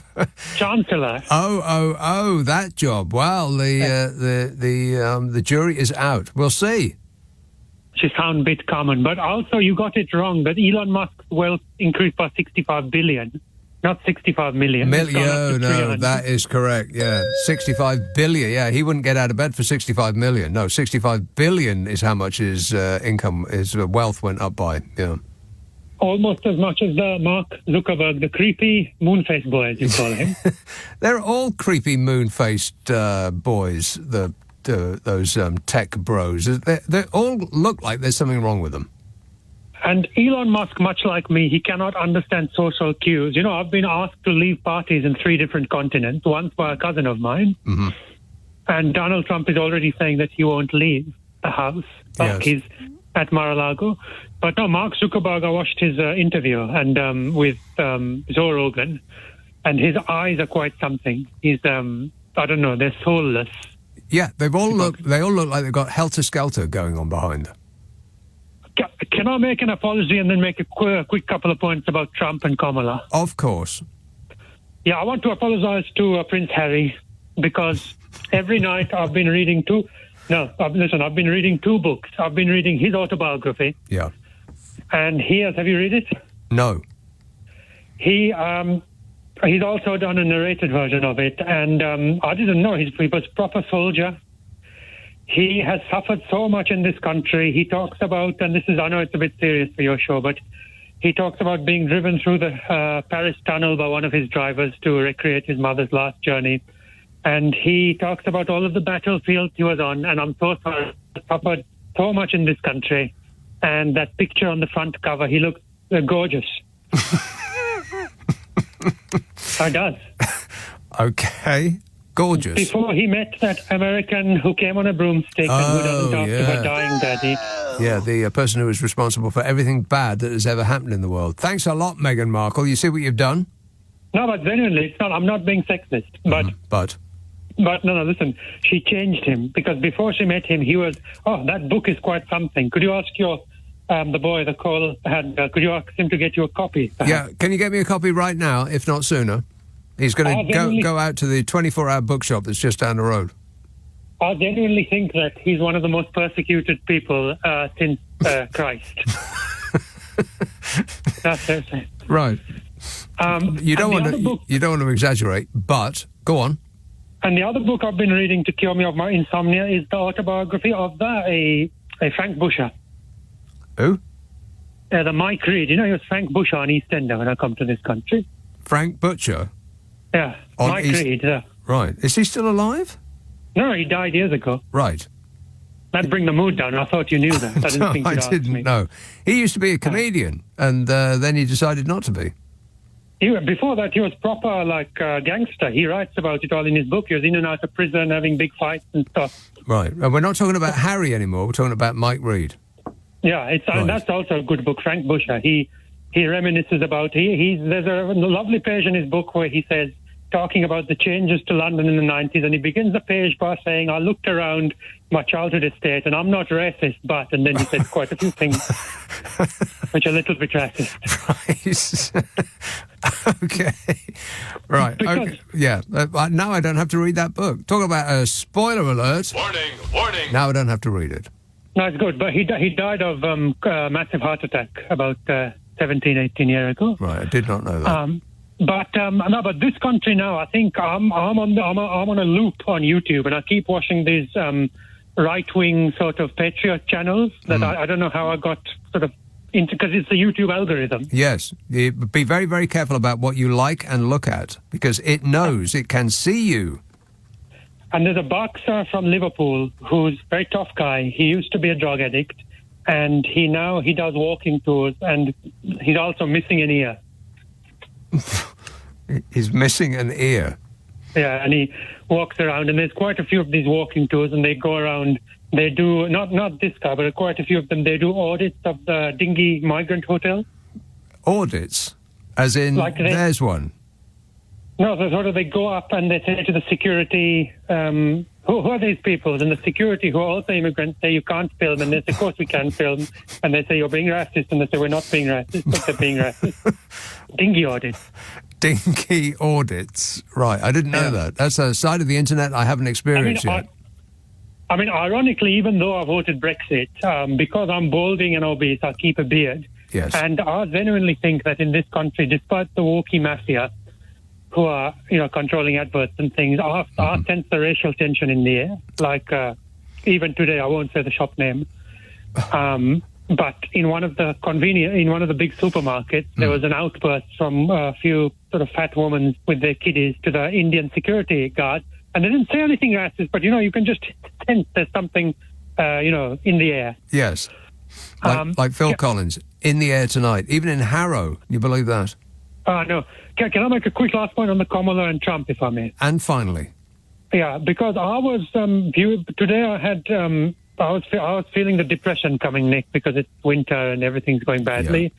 Yeah. So I actually bought fried chicken, and the woman behind the counter, she said, "Is this for one person?" I mean, it was for me. Listen, but the thing is that Kamala, I realized in her interview with Fox News, she made the same plan as Rishi Sunak. She made the same mistake as Rishi Sunak. Yeah. She kept saying plan. Plan. Right.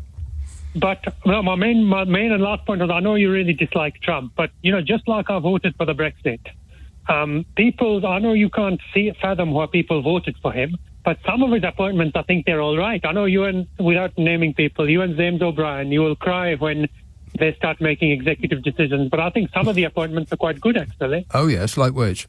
Okay, maybe not the Matt Gear. That's a bit dodgy with the allegations of the trafficking. Not him. But? Not him, but the Tulsi Gabbard, I think she'll be good. Right. Well, I think so. Yeah, she might be, okay, in charge of intelligence. No, have you listened to her podcast? Have I listened to her podcast? No, I did. I wasn't aware that she had one. Yeah, she became Hindu. Right. And she's going to break up the military-industrial company. No, I think that'll be quite good. Less wars. I think there'll be less wars. I think Robert F. Kennedy Jr., Junior F. Kennedy, I don't like his stance on the vaccines, but I think on some of the things like the antidepressant problems, I mean, I became acutely suicidal after a particular antidepressant a decade ago, but that brings the mood of the show down. Yeah, a little bit, yeah. Okay. But the problem is... Now, these are like, it's how I voted Brexit, for which I still don't accept any responsibility. Because, now listen, very quickly to end, because what these appointments are, is these are people, they are frustrated. They have voted for a big fat man with no empathy to essentially throw a Molotov cocktail at the system, It's because you can't talk about the, as I said, the woke mafia who control the advertisements. Very quickly, can I say, I was at a station in London. Is this a final point? This is this is the important one. I was at this final. I was at a train station, and and this is not a homophobic point. But everyone's wearing the little rainbow tags, okay? Yeah. Even the ones who aren't gay. And they sold me the wrong ticket, and then I went into the London station, and now I'm not racist, okay? But there was an Indian uncle like me and a young black boy who just happened to be black. And both of them sort of, they cornered me and they were being very rude to me. I bet they voted for Sadiqi, and I said nothing to them because the last time I got into a customer service confrontation in Burger King in Harrow, they called police on me. Well, police persons should have been beating you to the ground with their truncheons and then throwing you in the back of their van. And I mean that in the nicest possible way. Jonathan, I think you're all out of time. Thanks for that, whatever that was. 0345 6060 973. Rishi Sunak had a plan, you say? We have a plan, or you just go back to square one. That's why it's so important we stick to this plan, because we have a plan, we put that plan in place, where there is absolutely no plan. Right? We have got a plan, that plan is working. If we stick with it, we can deliver a brighter future for the country. But like my main message is plan, no plan. Can you believe that he used to be the Prime Minister of this country, Bodge? I can't comment on that. No. Nick Abbott on LBC. Call 0345 6060 973. Hello, boys. This text says, just using a new toaster that I bought earlier today. I think the settings are off because all I could smell was burning toast. Why, oh why, does Meghan Markle feel the need to interfere in our lives? Why can't she just leave us alone? Boo! Interfering with that person's breakfast now. This says, what's your Blue Sky address? It's nick.abbott, 2B's 1T. I've got about 6 followers there at the moment, and I posted a beautiful picture of Richmond. Yeah, I was larking about the other day, and I went to see the Christmas lights at Kew. Very nice. And it was such a beautiful day, and the sun was in the sky, and it was all blue, and the trees were nice colour, and the sun was glinting off the Thames there. You could barely see any of the poop. And I took a picture of it, and I stuck it up the internet, and there it is on Blue Sky. Andy in Plymouth says, with Welby's resignation and Parliament's debate in the House of Lords, it is rather interesting that the hereditaries are going to Rather interesting that the hereditaries are going, yet the 26th Lords Spiritual can stay. Let them stay by all means, but if they want to involve themselves in politics, make the church pay taxes. Yeah, the church should pay taxes. They got enough money. Exactly. Yeah, people were asked what they think about the Church of England, and they said, who? The Church of England is no longer relevant to the way that most Britons live, according to a poll. Is that surprising? No. No. I mean, it wouldn't have been surprising if they'd conducted that poll in the 1970s. Almost 3/4 said the church had little or no influence on their lives, while half said it should be disestablished. And that would mean the king would no longer be the automatic head of the church, bishops would not sit in the House of Lords, and it wouldn't have equal footing with other faiths in terms of state funding, or it would rather have equal state funding. State funding? What for? A YouGov poll raises concerns for the future of the C of E, with regular attendance has fallen for decades.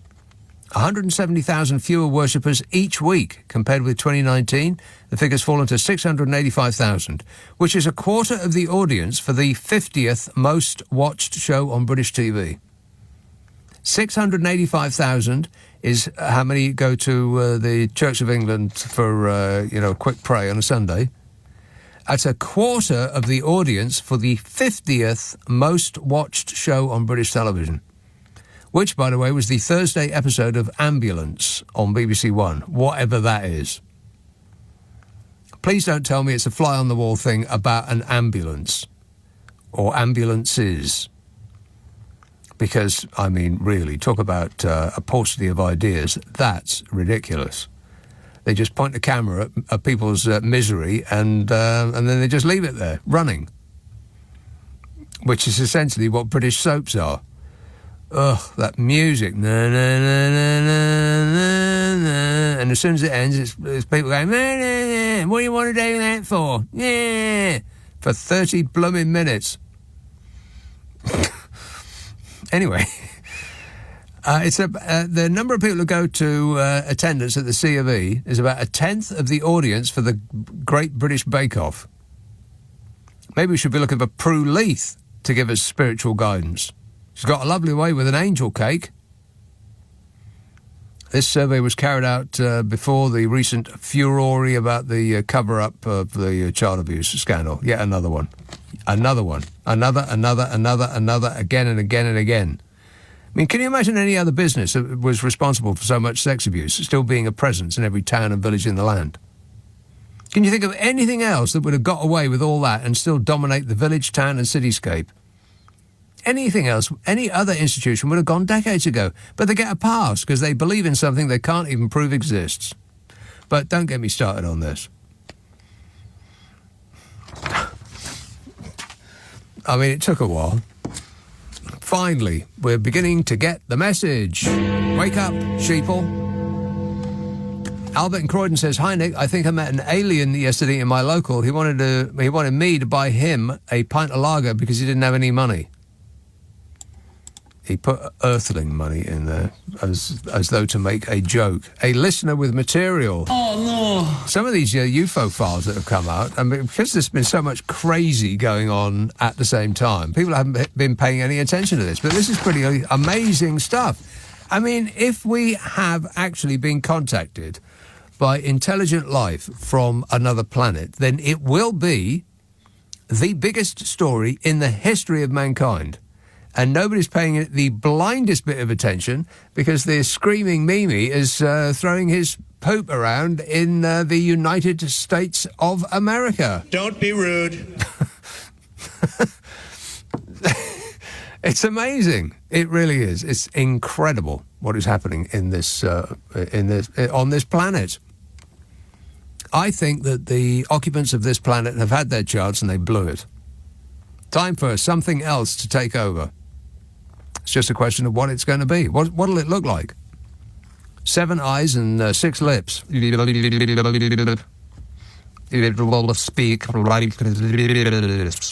Kenny Everett. Let's see now. Tooting. Hello, Jan. Oh, hi, Nick. Yes, hi. Jan. How are you? I am great, mate. Yeah. Have you? When you say you just before what now? Just before I mentioned the main point I was going to speak to you about, you mentioned you have you left X? No. When you say you've gone over to was it Blue Sky? Yeah. Mr. Blue Sky. Oh, I see. But you're still with Musk. I'm not with him in any way, shape or form, but I peruse his site not as much as I used to, and I post very little. Oh, okay. Yeah, I'm not. I haven't caught up with everything just myself yet. But Nick, I'm ringing about. Well, I mean, it's so unsettling. Just the point before I get to the thing, it's so unsettling to have this Trump being entrenched, isn't it? He's going to be entrenched in the administration. He should be entrenched. And everything, yes, I would support that move. Entrench Trump. Let's make it happen. And very difficult to displace, as you've said as well. You know, he ain't going nowhere. Scary. This is it forever, America. It's going to be either him or one of his demented children. His cult, the cult. He's one of these cult-like leaders that... Amazing. Some doughy, painted clown off the TV just took over the world's most powerful country. It's scary. But Nick, I was ringing about... to say something about Musk, because, I mean, out of all his appointments, he's one that is going to be one of these people that can't really be displaced, like taking over things, because apparently he's so entrenched with he's working on this efficiency. Yeah, no, he isn't. He's the head of this efficiency department. Yeah, no, he isn't. He ain't going to do nothing about efficiency. He'll direct somebody to fire a lot of people and then claim it's a great win. And the American people that rely on the people that have been fired will think, well, hang on a minute, this is not what I voted for. And, oh, yes, it is. Oh, yes, it is. But you see, he's not there on his own. He's got this entrepreneur who's a pharmaceutical entrepreneur with him doing it. Right. But they're saying he wants people. They put something on the X saying they want to recruit high IQ people who are willing to work 80 plus hours a week. Right. No high IQ person is going to want to work 80 hours a week for a guy whose mission in life is to fire people.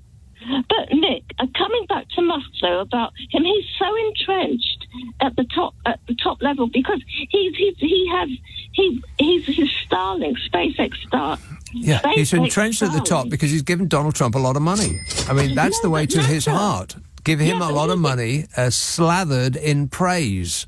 Nick, if I've got time to quickly make it, he gets 9.1 billion from NASA for his Starlink that provides satellite and a global spy network. Well, when you give a lot of money as subsidies to poor people in order to keep them alive, that is called socialism, and Americans are very, very against that.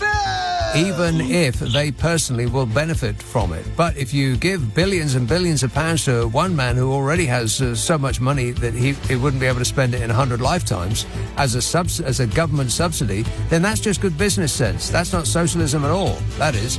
Anyway, Jan, it's been an inspiration. Thanks for that.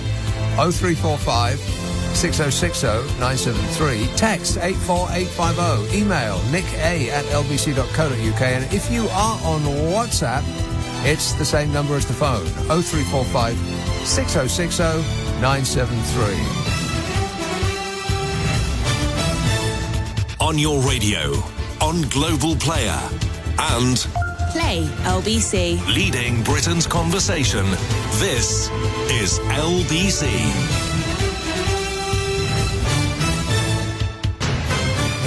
This is LBC from Global, leading Britain's conversation with Nick Abbott. Hot Earth.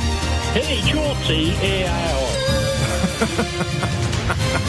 I just want to tell you all how happy I am to be back in the studio, making a picture again. I just do not get what the farmers are on about. I just don't. I mean, almost all of them that are protesting about this aren't going to pay a penny. Not a penny. 75% of farmers will not pay one single solitary penny. And why should they get a pass just based on what job they do? I don't understand it. I mean, I know that nobody likes to give up special treatment, but why do you get it in the first place? I mean, it hasn't historically been that way. I think it only came in the 1990s. Can't remember quite how the history of it worked out, but it wasn't always that way that they got a pass. Why should one job get a pass and not another one? And they already get special treatment. I think the allowance that they get before they pay tax is double what everybody else's is. And then after that, they pay only half the rate of tax as everybody else. And they're still complaining. And I say again, the precedent has been set. Unless there is one law for one type of protest and one law for another, disrupting traffic is a 5-year sentence. We know that already. Pat says Mike Tyson is so sorry. I am very sorry that I screwed up. He's very, very sorry.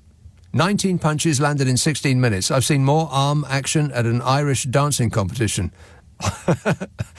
Who's his trainer? Sparkles? Thanks a lot, Megan. You ruined that fight. No! Yeah, no, I was not interested at all. Matt in Sidcup says, and now on Match of the Day, we head pitchside for expert analysis from Ryland Clark and Alison Hammond. Yeah, what's going to happen now that Gary Lineker is... Are they going to also ditch Alan Shearer?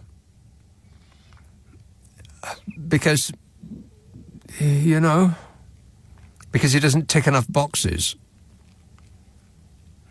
And, yeah... I mean, the football will remain the same. You'd have to assume that they're not going to mess with that part. But the bits in between, I never watch it live, obviously, because I'm on the air when it's on. But I'll just be skipping through a lot more of it. Matt in Sidcup says, oh no, I read that. Text says, Nigel Farage should be in charge of Match of the Day. He could ask the pundits about small boats. There's one. 0345 6060 973. Ashford, Charlie. Hello, mate. I need your advice, pal. Yes. I'm glad you enjoyed Richmond. Did you go to the old ship? The old ship? No. Yeah, nice little roast. No, I'm unfamiliar with the old ship. Well, it's on that little hill you photographed on the old X. Oh, right. No. Yeah, but I didn't want to bring up the old Pompey situation, but I think last week you got everyone was calling off about you and your Pompey or not. Yeah, no, And they you weren't. said- It was just you. Just you.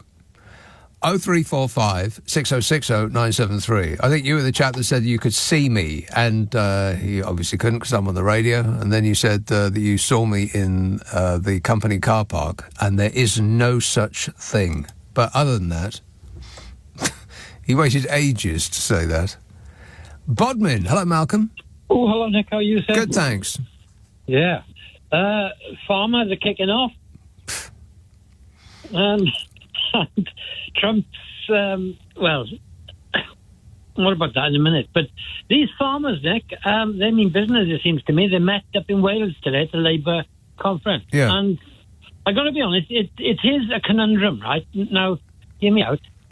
I'm from West Wales, farming, very, very much a farming community, and I had friends who lived on farms with, obviously, their parents. Right. And one day they would inherit the farm, and then somebody else would inherit the farm. But at the end of the day, Nick, very few of those farms within families, and this is where the Labour Party and the Tories eventually will have a conundrum.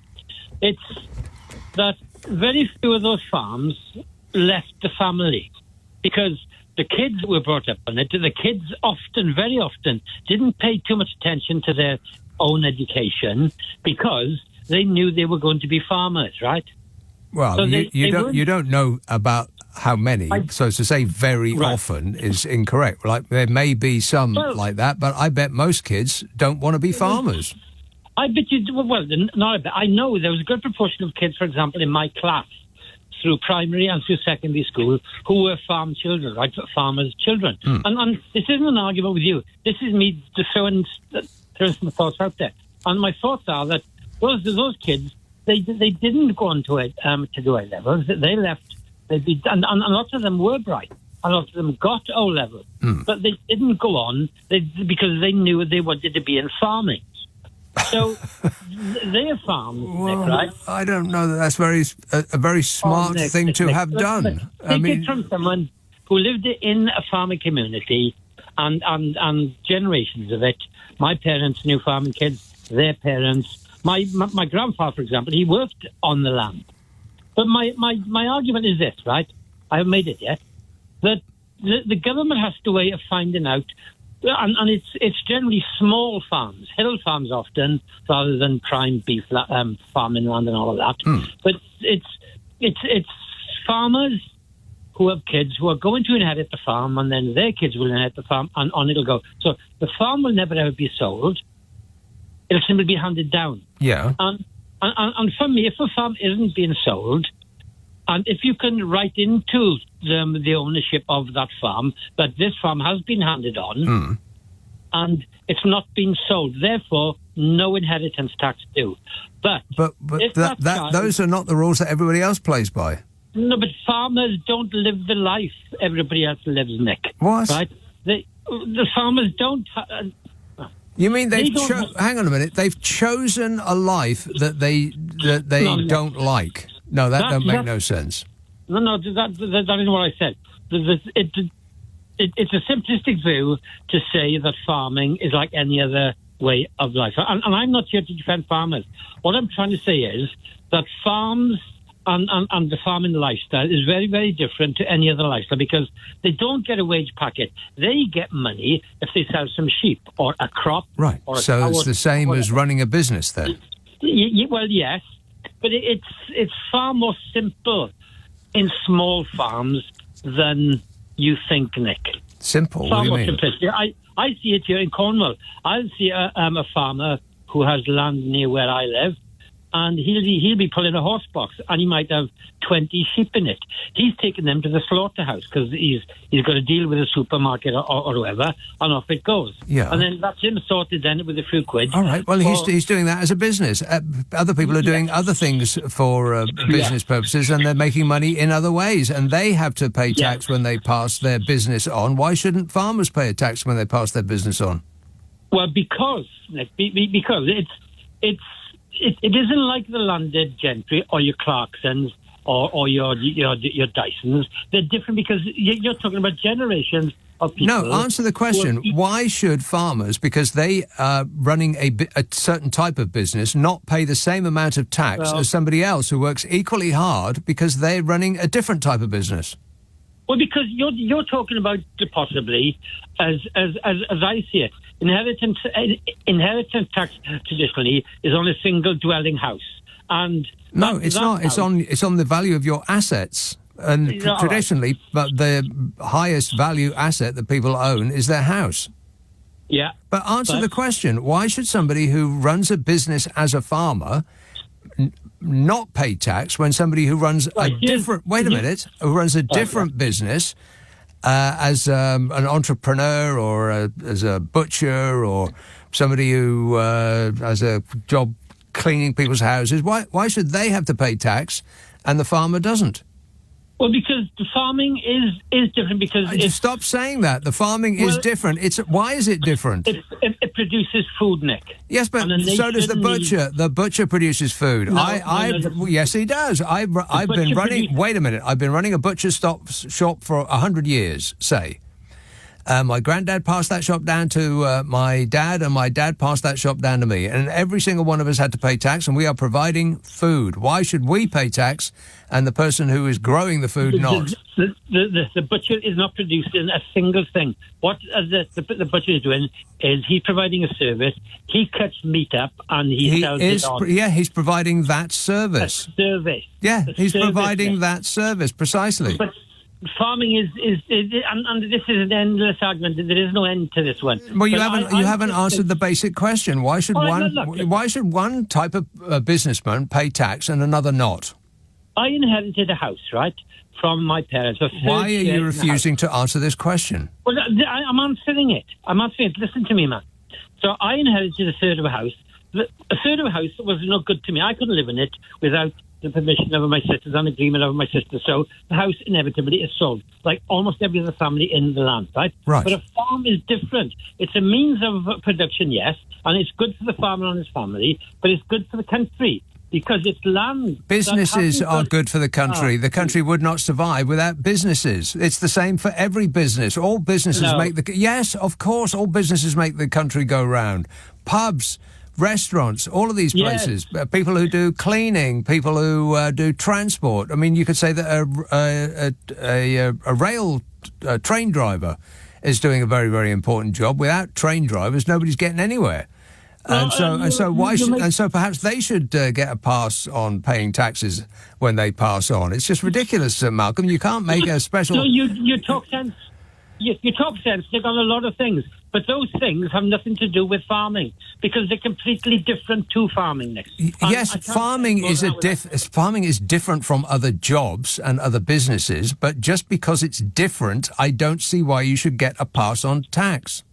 Because we depend on it. You don't depend on a pub for your beer. You could go to a supermarket for beer. Okay, here's the truth. You can buy apples or meat or whatever it might be that a British farmer produces elsewhere. And in fact, people do. From a farmer. People do that because it's cheaper. But it's food, and without food, people die, man. Yes, I know that, but we don't have to get food from British farmers. I mean, if that is your argument, that we rely on our food for British farmers, then I'm sorry, you just shot yourself in the foot, because we do not rely on British farmers for our food. No, because the same rules apply to farmers in other countries.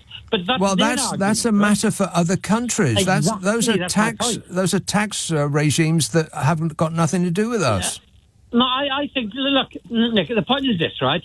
If a kid inherits a farm, the kid isn't inheriting anything other than a means of producing some animals or a crop. You could say the same of any business. Nick.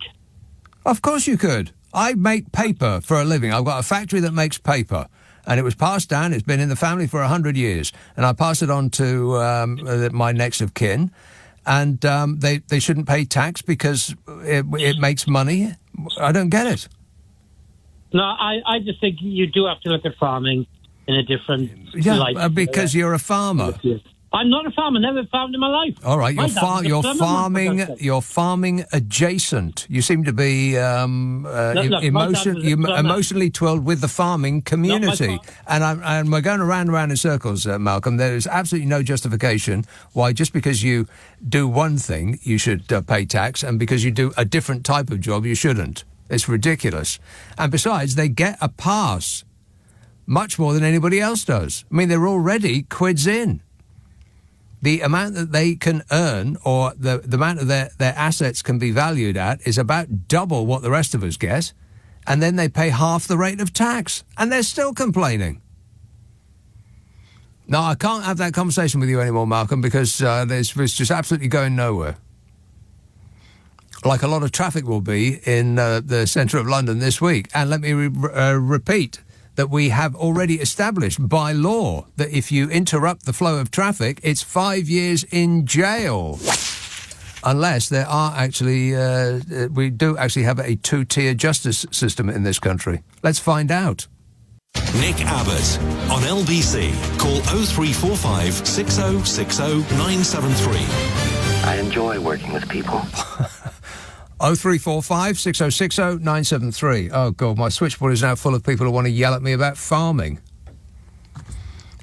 You're being led astray. The people that are yelling the most about farming are those who bought farmland and have made it, therefore, more expensive for real farmers, and because they bought it as a tax dodge. That's why they're screaming about it. Because they thought that they could get away with a tax dodge by hoovering up vast amounts of farmland, and their little scheme has been rumbled. And so they're screaming and screaming and screaming. And their allies in the newspaper bracket, who by large numbers have done the exact same thing, they're putting a megaphone to their mouths, yelling and yelling and yelling. I just don't get it. I don't. This text says, I'm a British woman living in the Blue Haven of Seattle, and I 98% agree with Dave from New York. What did he say again? I disagree on the fair and the square. Oh, the text that I read some while ago. Yeah, it was quite good, actually. It was right at the beginning of the programme. If you want to listen to this on the podcast, it sort of summed up all of my thought. It says, I disagree on the fair and square bit. It breaks my heart that the misogyny, racism and hatred is what decided the election. I travelled to Pennsylvania and Michigan to canvass for Kamala, and I really thought that there was momentum there. So the speed with which the results had been called was shocking. Yeah, suspicious is the word that I would use. A little bit suspicious, yeah. I mean, a man that has cheated on absolutely everything his entire life didn't cheat on this? Okay. Sure. 0345 6060 973. Plymouth. Mark.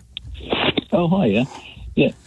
I don't think the farmers are getting a bad deal, really, and I think it's fair that they pay something. And some of the callers saying that they shouldn't pay anything. Well, the farmers aren't totally isolated. They still need products that they purchase. They still need machinery that they purchase, and they people who provide that have to pay inheritance tax. Yes. And, in some of the landowners, I think the biggest landowner in the UK is an entrepreneur. I think he's Dutch or Danish. Yeah, that's right. 218,000 acres or something like that. And I don't want to sound... in Dyson, for example, I mean, why is Dyson buying land anyway? Well, we know the answer to that. I mean, unless he just loves the countryside so much that he wants more of it. It's the same man who's moved all his industries overseas and for tax reasons, and just can't get enough. And well, he would say that he hasn't moved all of his industries overseas, but it seemed from the ignorant position that I hold that he told us to vote for Brexit, and then as soon as we left the EU, he left here. He did, didn't he? Because he hasn't got enough money and he wants more. Spend more time with his balance sheet. But I do think if you look at like you said, it's 3 million is anything over 3 million. Exactly. I mean, all of these people that are coming down, they probably don't even know that. They read the headlines in the papers, which was Rachel Reeves and Keir Starmer are going to take your farm, and they thought, right, we're going to stop this. Read the small print. It's £3 million. Exactly. Yeah, exactly. I just think I think it's fair that they should pay something. It's not going to be the end of everything. And like you said earlier on, it means that if some of their land is sold, so other farmers can actually buy that land at a reasonable price, hopefully. Exactly. Closing the tax loophole will make farming land less expensive because you won't have millionaires compete with each other to buy it as a tax dodge. Exactly. Yeah. All right. Thanks, Mark. 0345 6060 973. Yeah, never mind about they should pay something. They should pay the same as the rest of us. Why not? John in Addleston says, yes, they will ruin Match of the Day like ITV's coverage of the EFL. Whoever presents it acts like they're talking to a bunch of 6-year-olds. I always fast forward to the action because it's unbearable. Yeah, I don't watch that. I mean, you've only got so many minutes in the day. I'm going to watch the very best that is available. And that's not the EDL.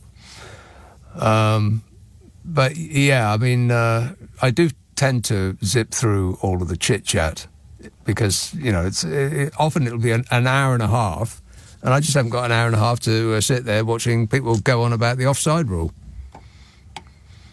This text says, I'm so pleased that Trump won. He is such a wonderful man. Nobody does manliness as good as him. He will make America and the world great again. For balance, I should say I have a pathological relationship with the truth, enjoy playing with cards that aren't there, and have multiple cats all called Jeff. And Ben says, Dear Nick, is it just me or is the right becoming an absolute circus in the UK? They're tearing each other apart and it seems they won't be ready for 2029. Well, having read through the appointments that Kemi Badenoch has made to her shadow cabinet, I'd just like to say I approve of that selection. Keep doing what you're doing. 0345 6060 973. Maidstone. Hello, Tony. Hi, Nick. Tony. Yeah, I just thought I'd give a call, speak about Keir Starmer.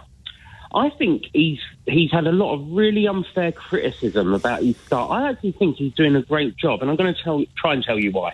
He's going to be the first Prime Minister since Theresa May to meet Xi Jinping. What a great name that is. Xi Jinping. Yeah, and I think that's quite important. And I thought, with regards to what's going on in America, I think they ain't going to tell us, but I think we should really try and start cutting America off and rely on our European allies. And I think they are going in that direction. We cannot rely on America now. I mean, if regardless of what your political beliefs, you must agree that we cannot rely on that man. I mean, his appeal to his fans is just that he is unreliable. You don't know what he's going to do. He keeps you very unstable. He says something and then does the opposite, and they always excuse him of that. Say, oh, don't listen to what he says, just look at what he does. But the problem with that is, if you're running a country and you say you're going to do one thing, then other people who rely on you for trade or cooperation, they will act accordingly. And if you then go and do the opposite of what you just said, you're screwing everyone up. So the one thing that we could probably all agree on, even his most devoted fans, is that we can't rely on him. And this is too important. So if he's unreliable, forget him. Go for Europe. 100%. And, it's like when people bang on about this special relationship. There is no such thing. No, except in our minds. Yeah. I think it was a bit more special when good old Tony Blair and Bush were. I think that was a bit more. They were quite close, weren't they? Well, maybe a little too close. Absolutely. Yeah, a little too close, yeah. Yeah, but I don't think there's any of that now. And, I think Keir Starmer's done a real good job. Obviously, people will bang on about the suits and all that palaver, which was just ridiculous. At least that's died down a bit. But I think he's doing the right thing, and I think he's quite liked. He looks the part. So I'm ringing up to say, so Keir Starmer, I'm right behind him, and I think he's doing the right thing, because he's been here, there and everywhere, baby. He's been to COP29, which was a bit of a disaster, but he showed his face. Mm-hmm. He's meeting the Chinese president soon,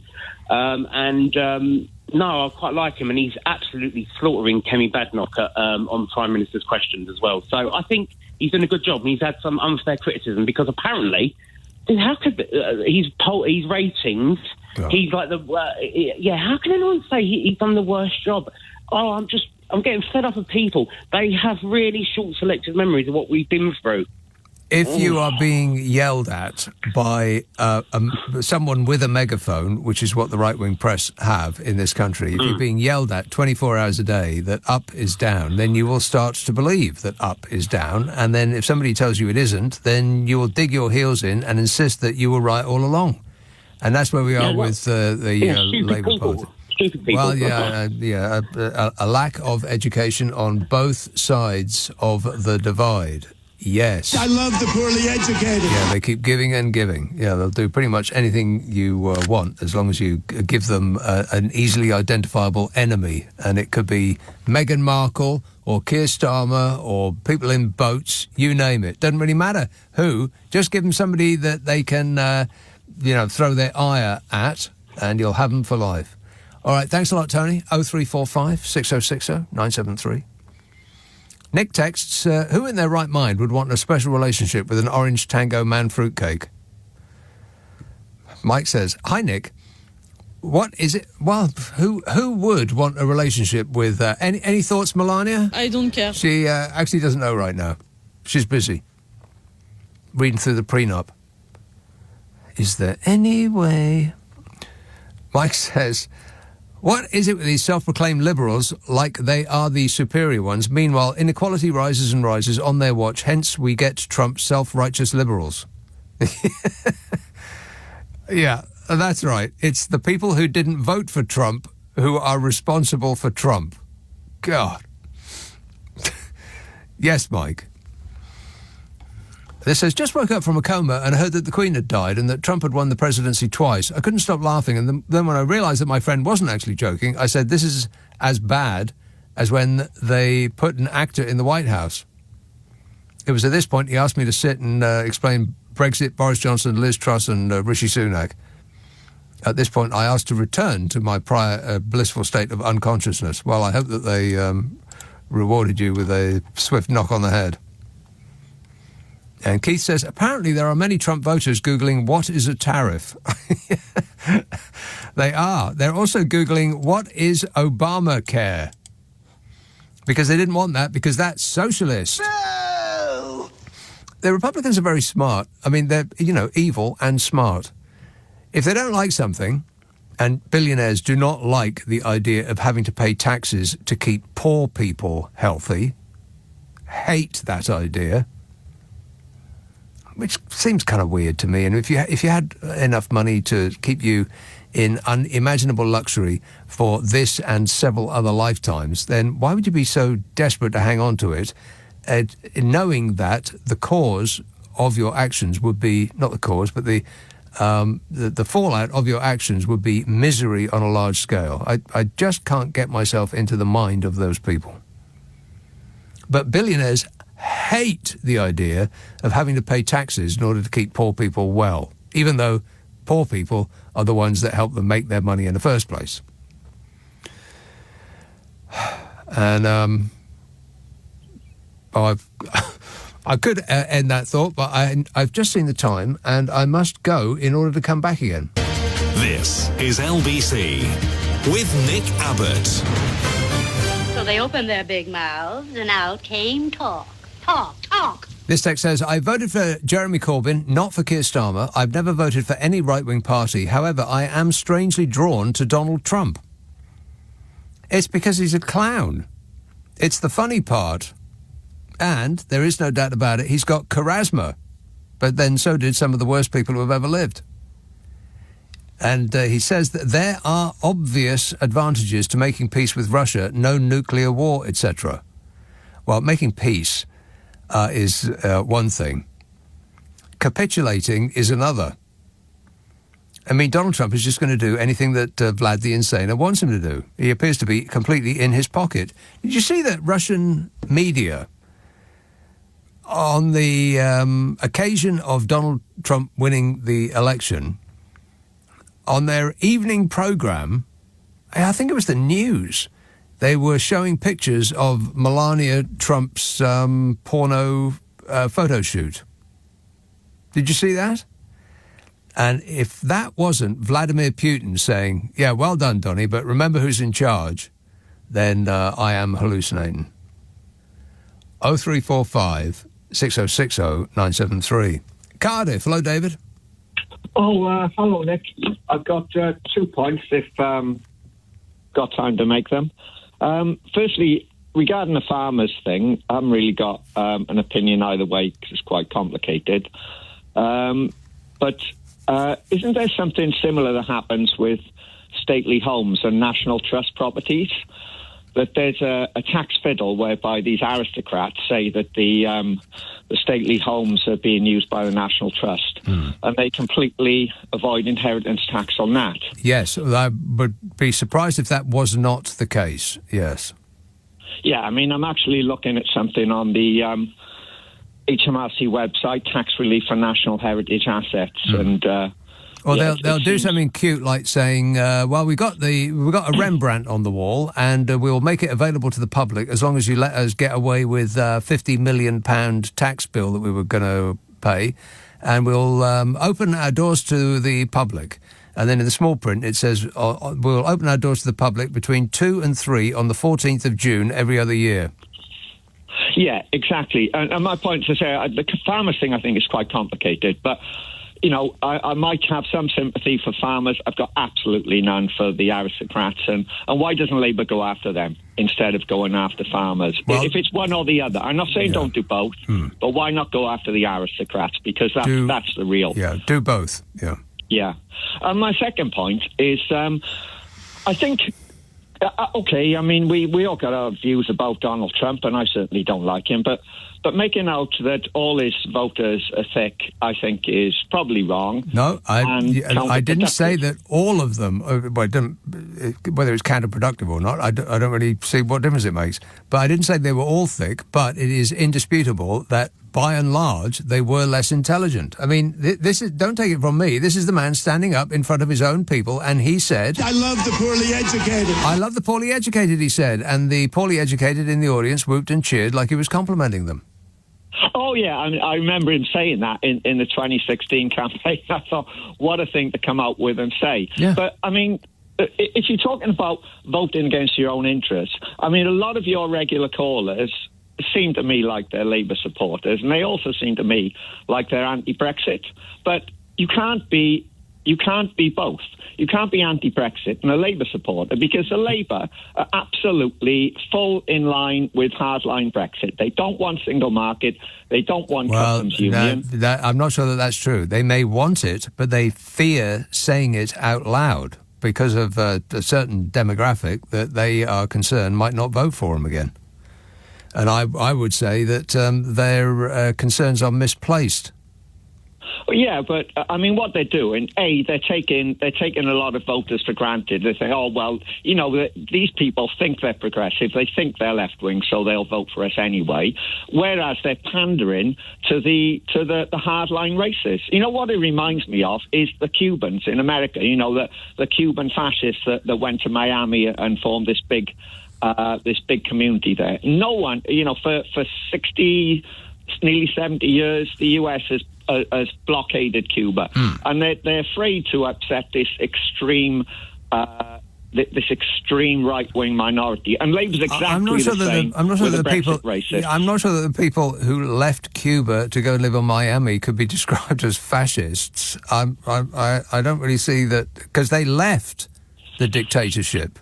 They're the ones that fled on car tyres in a lot of cases. Well, they fled after Castro overthrew the fascist regime of, what was his name? Batista, didn't they? Right. That's when it all started. Yeah, but that doesn't make them fascists, though. I mean, that makes them people who want to just live a better life in a place where it's easier to get along and make money because of the very actions of the American government. Yeah. Okay, yeah, I mean, that wasn't really my main point. But what I'm saying is, people, I think if you're saying Trump voters are voting against their own interests, then a lot of Labour people who think that they're in support of taxing the rich better, because Labour won't do a wealth tax, we know that, about Brexit. Labour won't go back into the Brexit for that. Whether Labour really believe that or not, it doesn't make any difference, because they're not going to do it. You vote Labour, you're voting for Brexit. That's my point. You vote Labour, you're voting for Brexit. Well, no, I don't think that... I understand the way that you got to the end point, but I don't think that is a correct conclusion from the evidence as you have laid it out for us. I don't think that people who voted for Labour were necessarily voting for Brexit, because all of the parties seem to be aligned, and all of them were saying, we're never going to relitigate Brexit. We don't want to talk about it anymore, and everybody's sick to the back teeth of even discussing it. So who would you vote for then if you if the only thing that was important to you was Brexit? And I don't think that was top of people's minds. But anyway, thanks a lot, David. 0345 6060 973. I think what was the top of people's minds was getting rid of this government, getting rid of that government, and anything else was secondary. David says, I usually keep an open mind on things, but in the case of Robert F. Kennedy Jr., I'll close it, as that's how worms get in. Yeah, he has given the job of health and medicine to a man whose brain has been eaten by a worm. What could possibly go wrong? Cumbernauld. Andrew. Good evening again, Nick. I don't want to bore you to death with the subject, but the farmers and the inheritance tax, I think there is a blindingly obvious answer to the problem.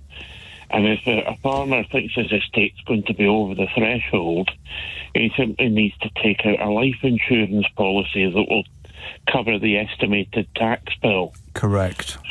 So if it's going to be £250,000 or £500,000, he gets onto a life insurance company and they'll give him a quote of £50 a month or £100 a month or whatever it works out as, and he says, right, I'll set that up, and whenever I fall off my perch, it chings out the money, and that covers the inheritance tax bill of whoever he's passing it on to.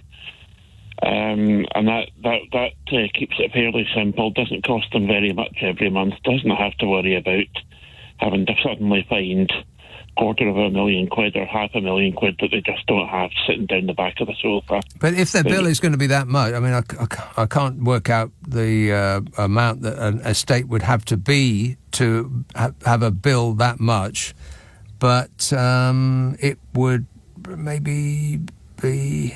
Well, it would certainly be over £3 million. So if your estate is worth over £3 million, only at that point do you start to pay tax on it, and that's at half the rate that everybody else pays. Yeah. So you just get your accountant to say, well, I reckon my farm's worth £4 million. What do you think the inheritance tax bill is going to be on that if I die in 6 months? And he'll say, oh, well, that's going to be whatever. 80 grand, 80,000. Yeah, or if he's got a £10 million farm, he'll just say, well, it's going to be 140,000. Yeah, or whatever. And he says, right, he contacts a life insurance company and says, I want 140 grand's worth of a life insurance policy. Solved. How much? Yes. Yeah, and that's an affordable amount every month. Right. But what people have heard is the evil Labour government is coming to take your farm. And furthermore, they're going to kill your cows. I mean, this is what the papers, who in large number are run by people who are taking advantage of this tax swizz, that's what they're hearing. They're not actually thinking, now, let me do the maths and see if I'm going to be affected by this, because almost none of them will be. But they're just hearing every day the government is going to come in and is going to take what your father and your grandfather did, and is going to leave you out in the cold. I think it's just being misinformed, being led astray by people whose interests do not coincide with theirs. Yeah, I'll put it on record the fact that if somebody wants to leave me a 5 million quid estate, I will quite happily pay the inheritance tax on that. If somebody wants to leave me that, knock yourself out. I'll pay the inheritance tax and I will not complain. I will make a note of that, Andrew, in case at some point in the future I myself inherit a house and I'm wondering who to pass it on to. If you ever become have an estate worth 5 million quid, bear me in mind. I certainly will. Okay, thank you, Nick. You're a good man. Okay, thanks a lot, Andrew. 0345 6060 973. I will know who to pass it on to if I come into a lot of cows. This text says, if Trump gets another state trip to the UK, that means King Charles will need to do the meet and greet. So old sausage fingers will need to handshake a man with a baby's hand. The thought of that alone makes me cringe, but I long to see it in all its gruesomeness. Yeah, I hope people haven't dispensed with that blimp, by the way. The baby Trump blimp. Because we will be requiring it. This is LBC with Nick Abbott. Call 0345 6060 973. Text 84850. Alexa, send a comment to LBC. Come on, we're running late. 0345 6060 973. Hackney. John. Hello. Yes, John. I'm trying to get you off speakerphone. Can you hear me okay? Well, it does sound like you're talking with your head in a box. Okay, hold on. One moment, please. Yes. It's a live show. Take all the time you need. I've sorted it. Ah, there you are. Thank you. Thanks for taking this call. It's such a wonderful thing to get your opinion and your thoughts out across the nation. Mm-hmm. And even worldwide.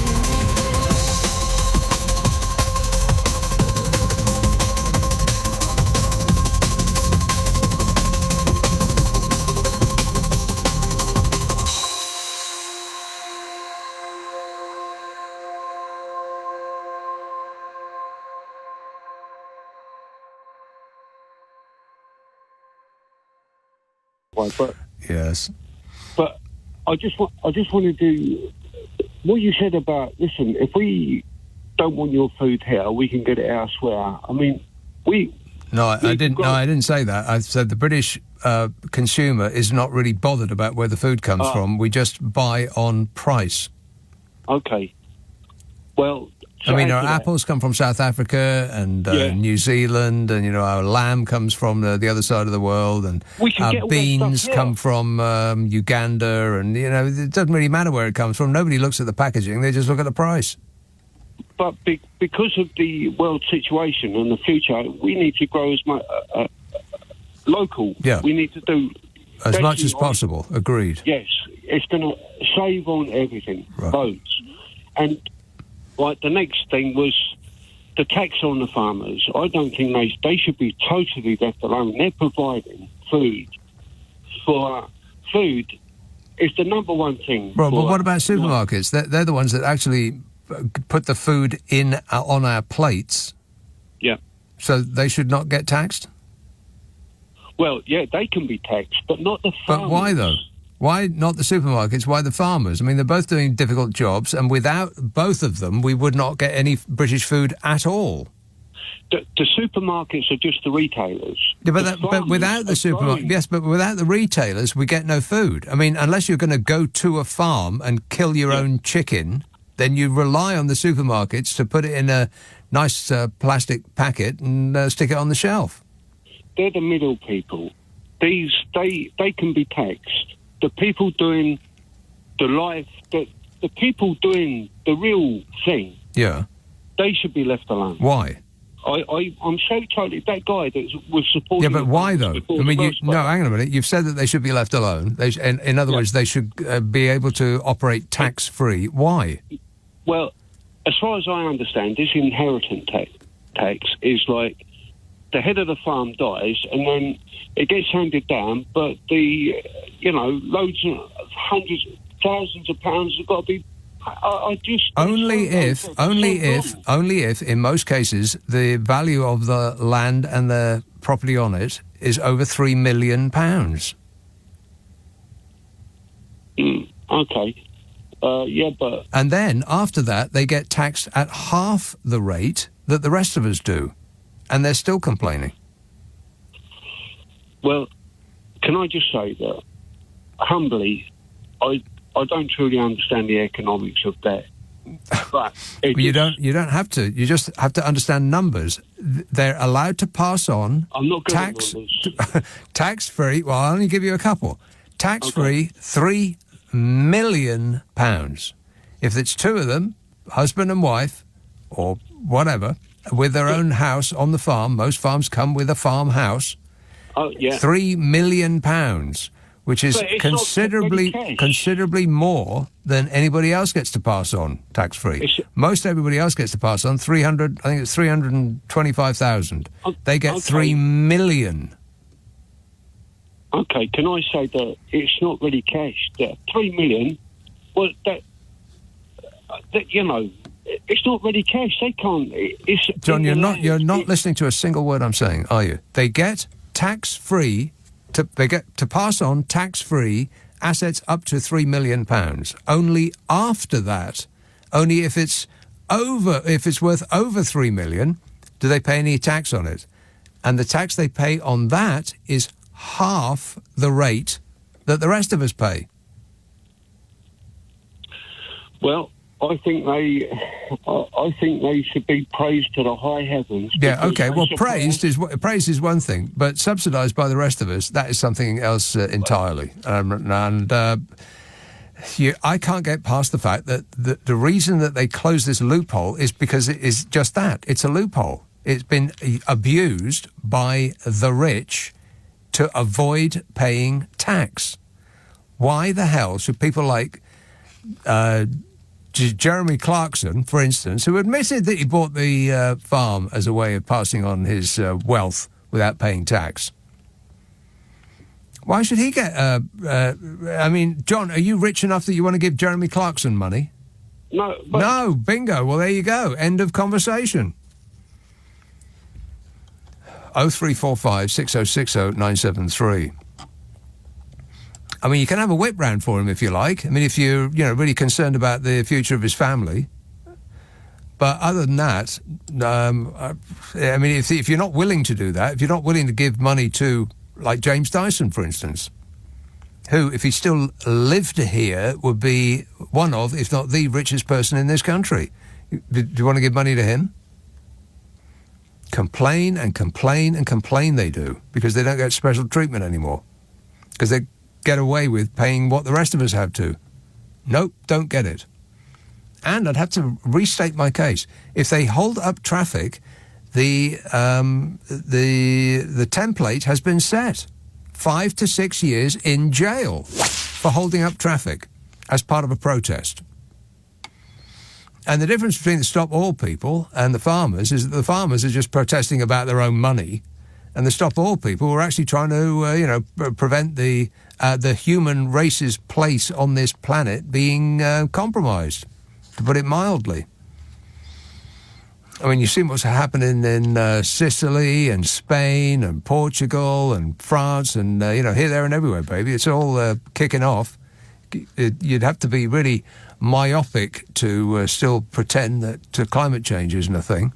You'd have to be either myopic or the President of the United States of America. Don't be rude. In the pocket of the oil companies, who are just going to drill and drill and drill and drill and drill and hope that it all doesn't, that the world and everything it's got doesn't collapse while they're still alive. Other than that, they don't care. 0345 6060 973. Let's see if I can squeeze one more in. Peebles. Hello, Elaine. Hello, Nick. Hello? Yes, Elaine. Do you know something? The more that I've listened to you this evening, the more angry I have become in listening to you, and I'll tell you why. Because I come from a long line of farmers on both sides of my family, from my mother's side in the borders and from my father's side up in the Highlands. And let me tell you that farmers are a very special breed of people. It's not just the farmer, it's the people that he supports within his family. It's a way of life. Yeah, and how is that different from any other business? Wait a minute, I'm not going. Can I just finish? It's sustaining our planet, and for many generations to come and provide food. It doesn't really matter which country. Farming isn't sustaining our planet. It's doing the opposite. The runoff. It depends on which way you look at it, and I'm maybe not looking at it through your eyes. But let me say this to you. I mean, I'm saying this, that you're not a farmer. You have been on a farm, I'm sure. I don't know. Maybe you have. You probably understand better. But they do provide from source. They have the most unforgiving hours and jobs, and they have to deal with immeasurable climate conditions. Yes, but they're not being forced to do any of the above. You've stated, if you would maybe get some of the facts right when you're talking about a landowner, the biggest landowner certainly in Scotland is Anders Poulsen.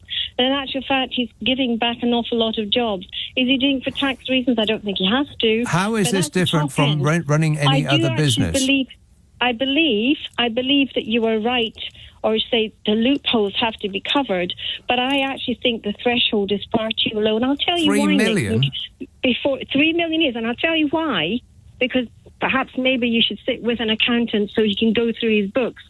They actually share their machinery. Their machinery, like a combine harvester, itself could cost 3 million. I mean, I've known this. I've had many of my relations. How is anything that you're saying different from running any other business? No, I'm not remotely into. I don't care. How is it different from running? No, of course not. If somebody has got a factory and they have a giant machine that is weaving carpets, for instance, I mean, that's going to cost more than £3 million. It's probably significantly more than that, and they may rent that too. How is it different? How is it different? I want to be buying food, seasonal food from Britain. Well, that's you, Elaine. Nobody else does. People want oranges in the winter, and they want beans in the winter, and they want tubers in the summer. Nobody's interested in buying seasonal. We just don't care. We want what we want, and we want it in the cheapest possible way, and that's what we will buy. And you can say that people should buy local and they should buy seasonal, and you can do that until you're blue in the face, and people will just look at you like you're crazy. Of course we're not going to do that. We want strawberries in the wintertime. And we want plums in spring. You know, we want what we want when we want it, because that's what we're used to having. And we don't care where it comes from as long as the price is right. And I just can't get past, it's a business that you chose to go into. And just because it's one type of business than the other. I mean, you could make an argument for everybody should get a pass, that we should do away with inheritance tax completely, which is a different conversation, and one I might be more inclined to budge on, up to a certain amount. I mean, maybe £3 million for everybody, but not one worker as opposed to another. I mean, two people sitting in a pub at the end of their work, and one person gets a tax break because of where he works, and another person doesn't, and they're both sitting at the same table, sipping the same beer. Why? No, don't get it. But you know, if everybody was to be able to pass the £3 million on without paying any tax, and then paid half the rate, then that's fine. Let's do that. But not one and not the other. I'm sorry I brought the subject up in the first place. Foolish me.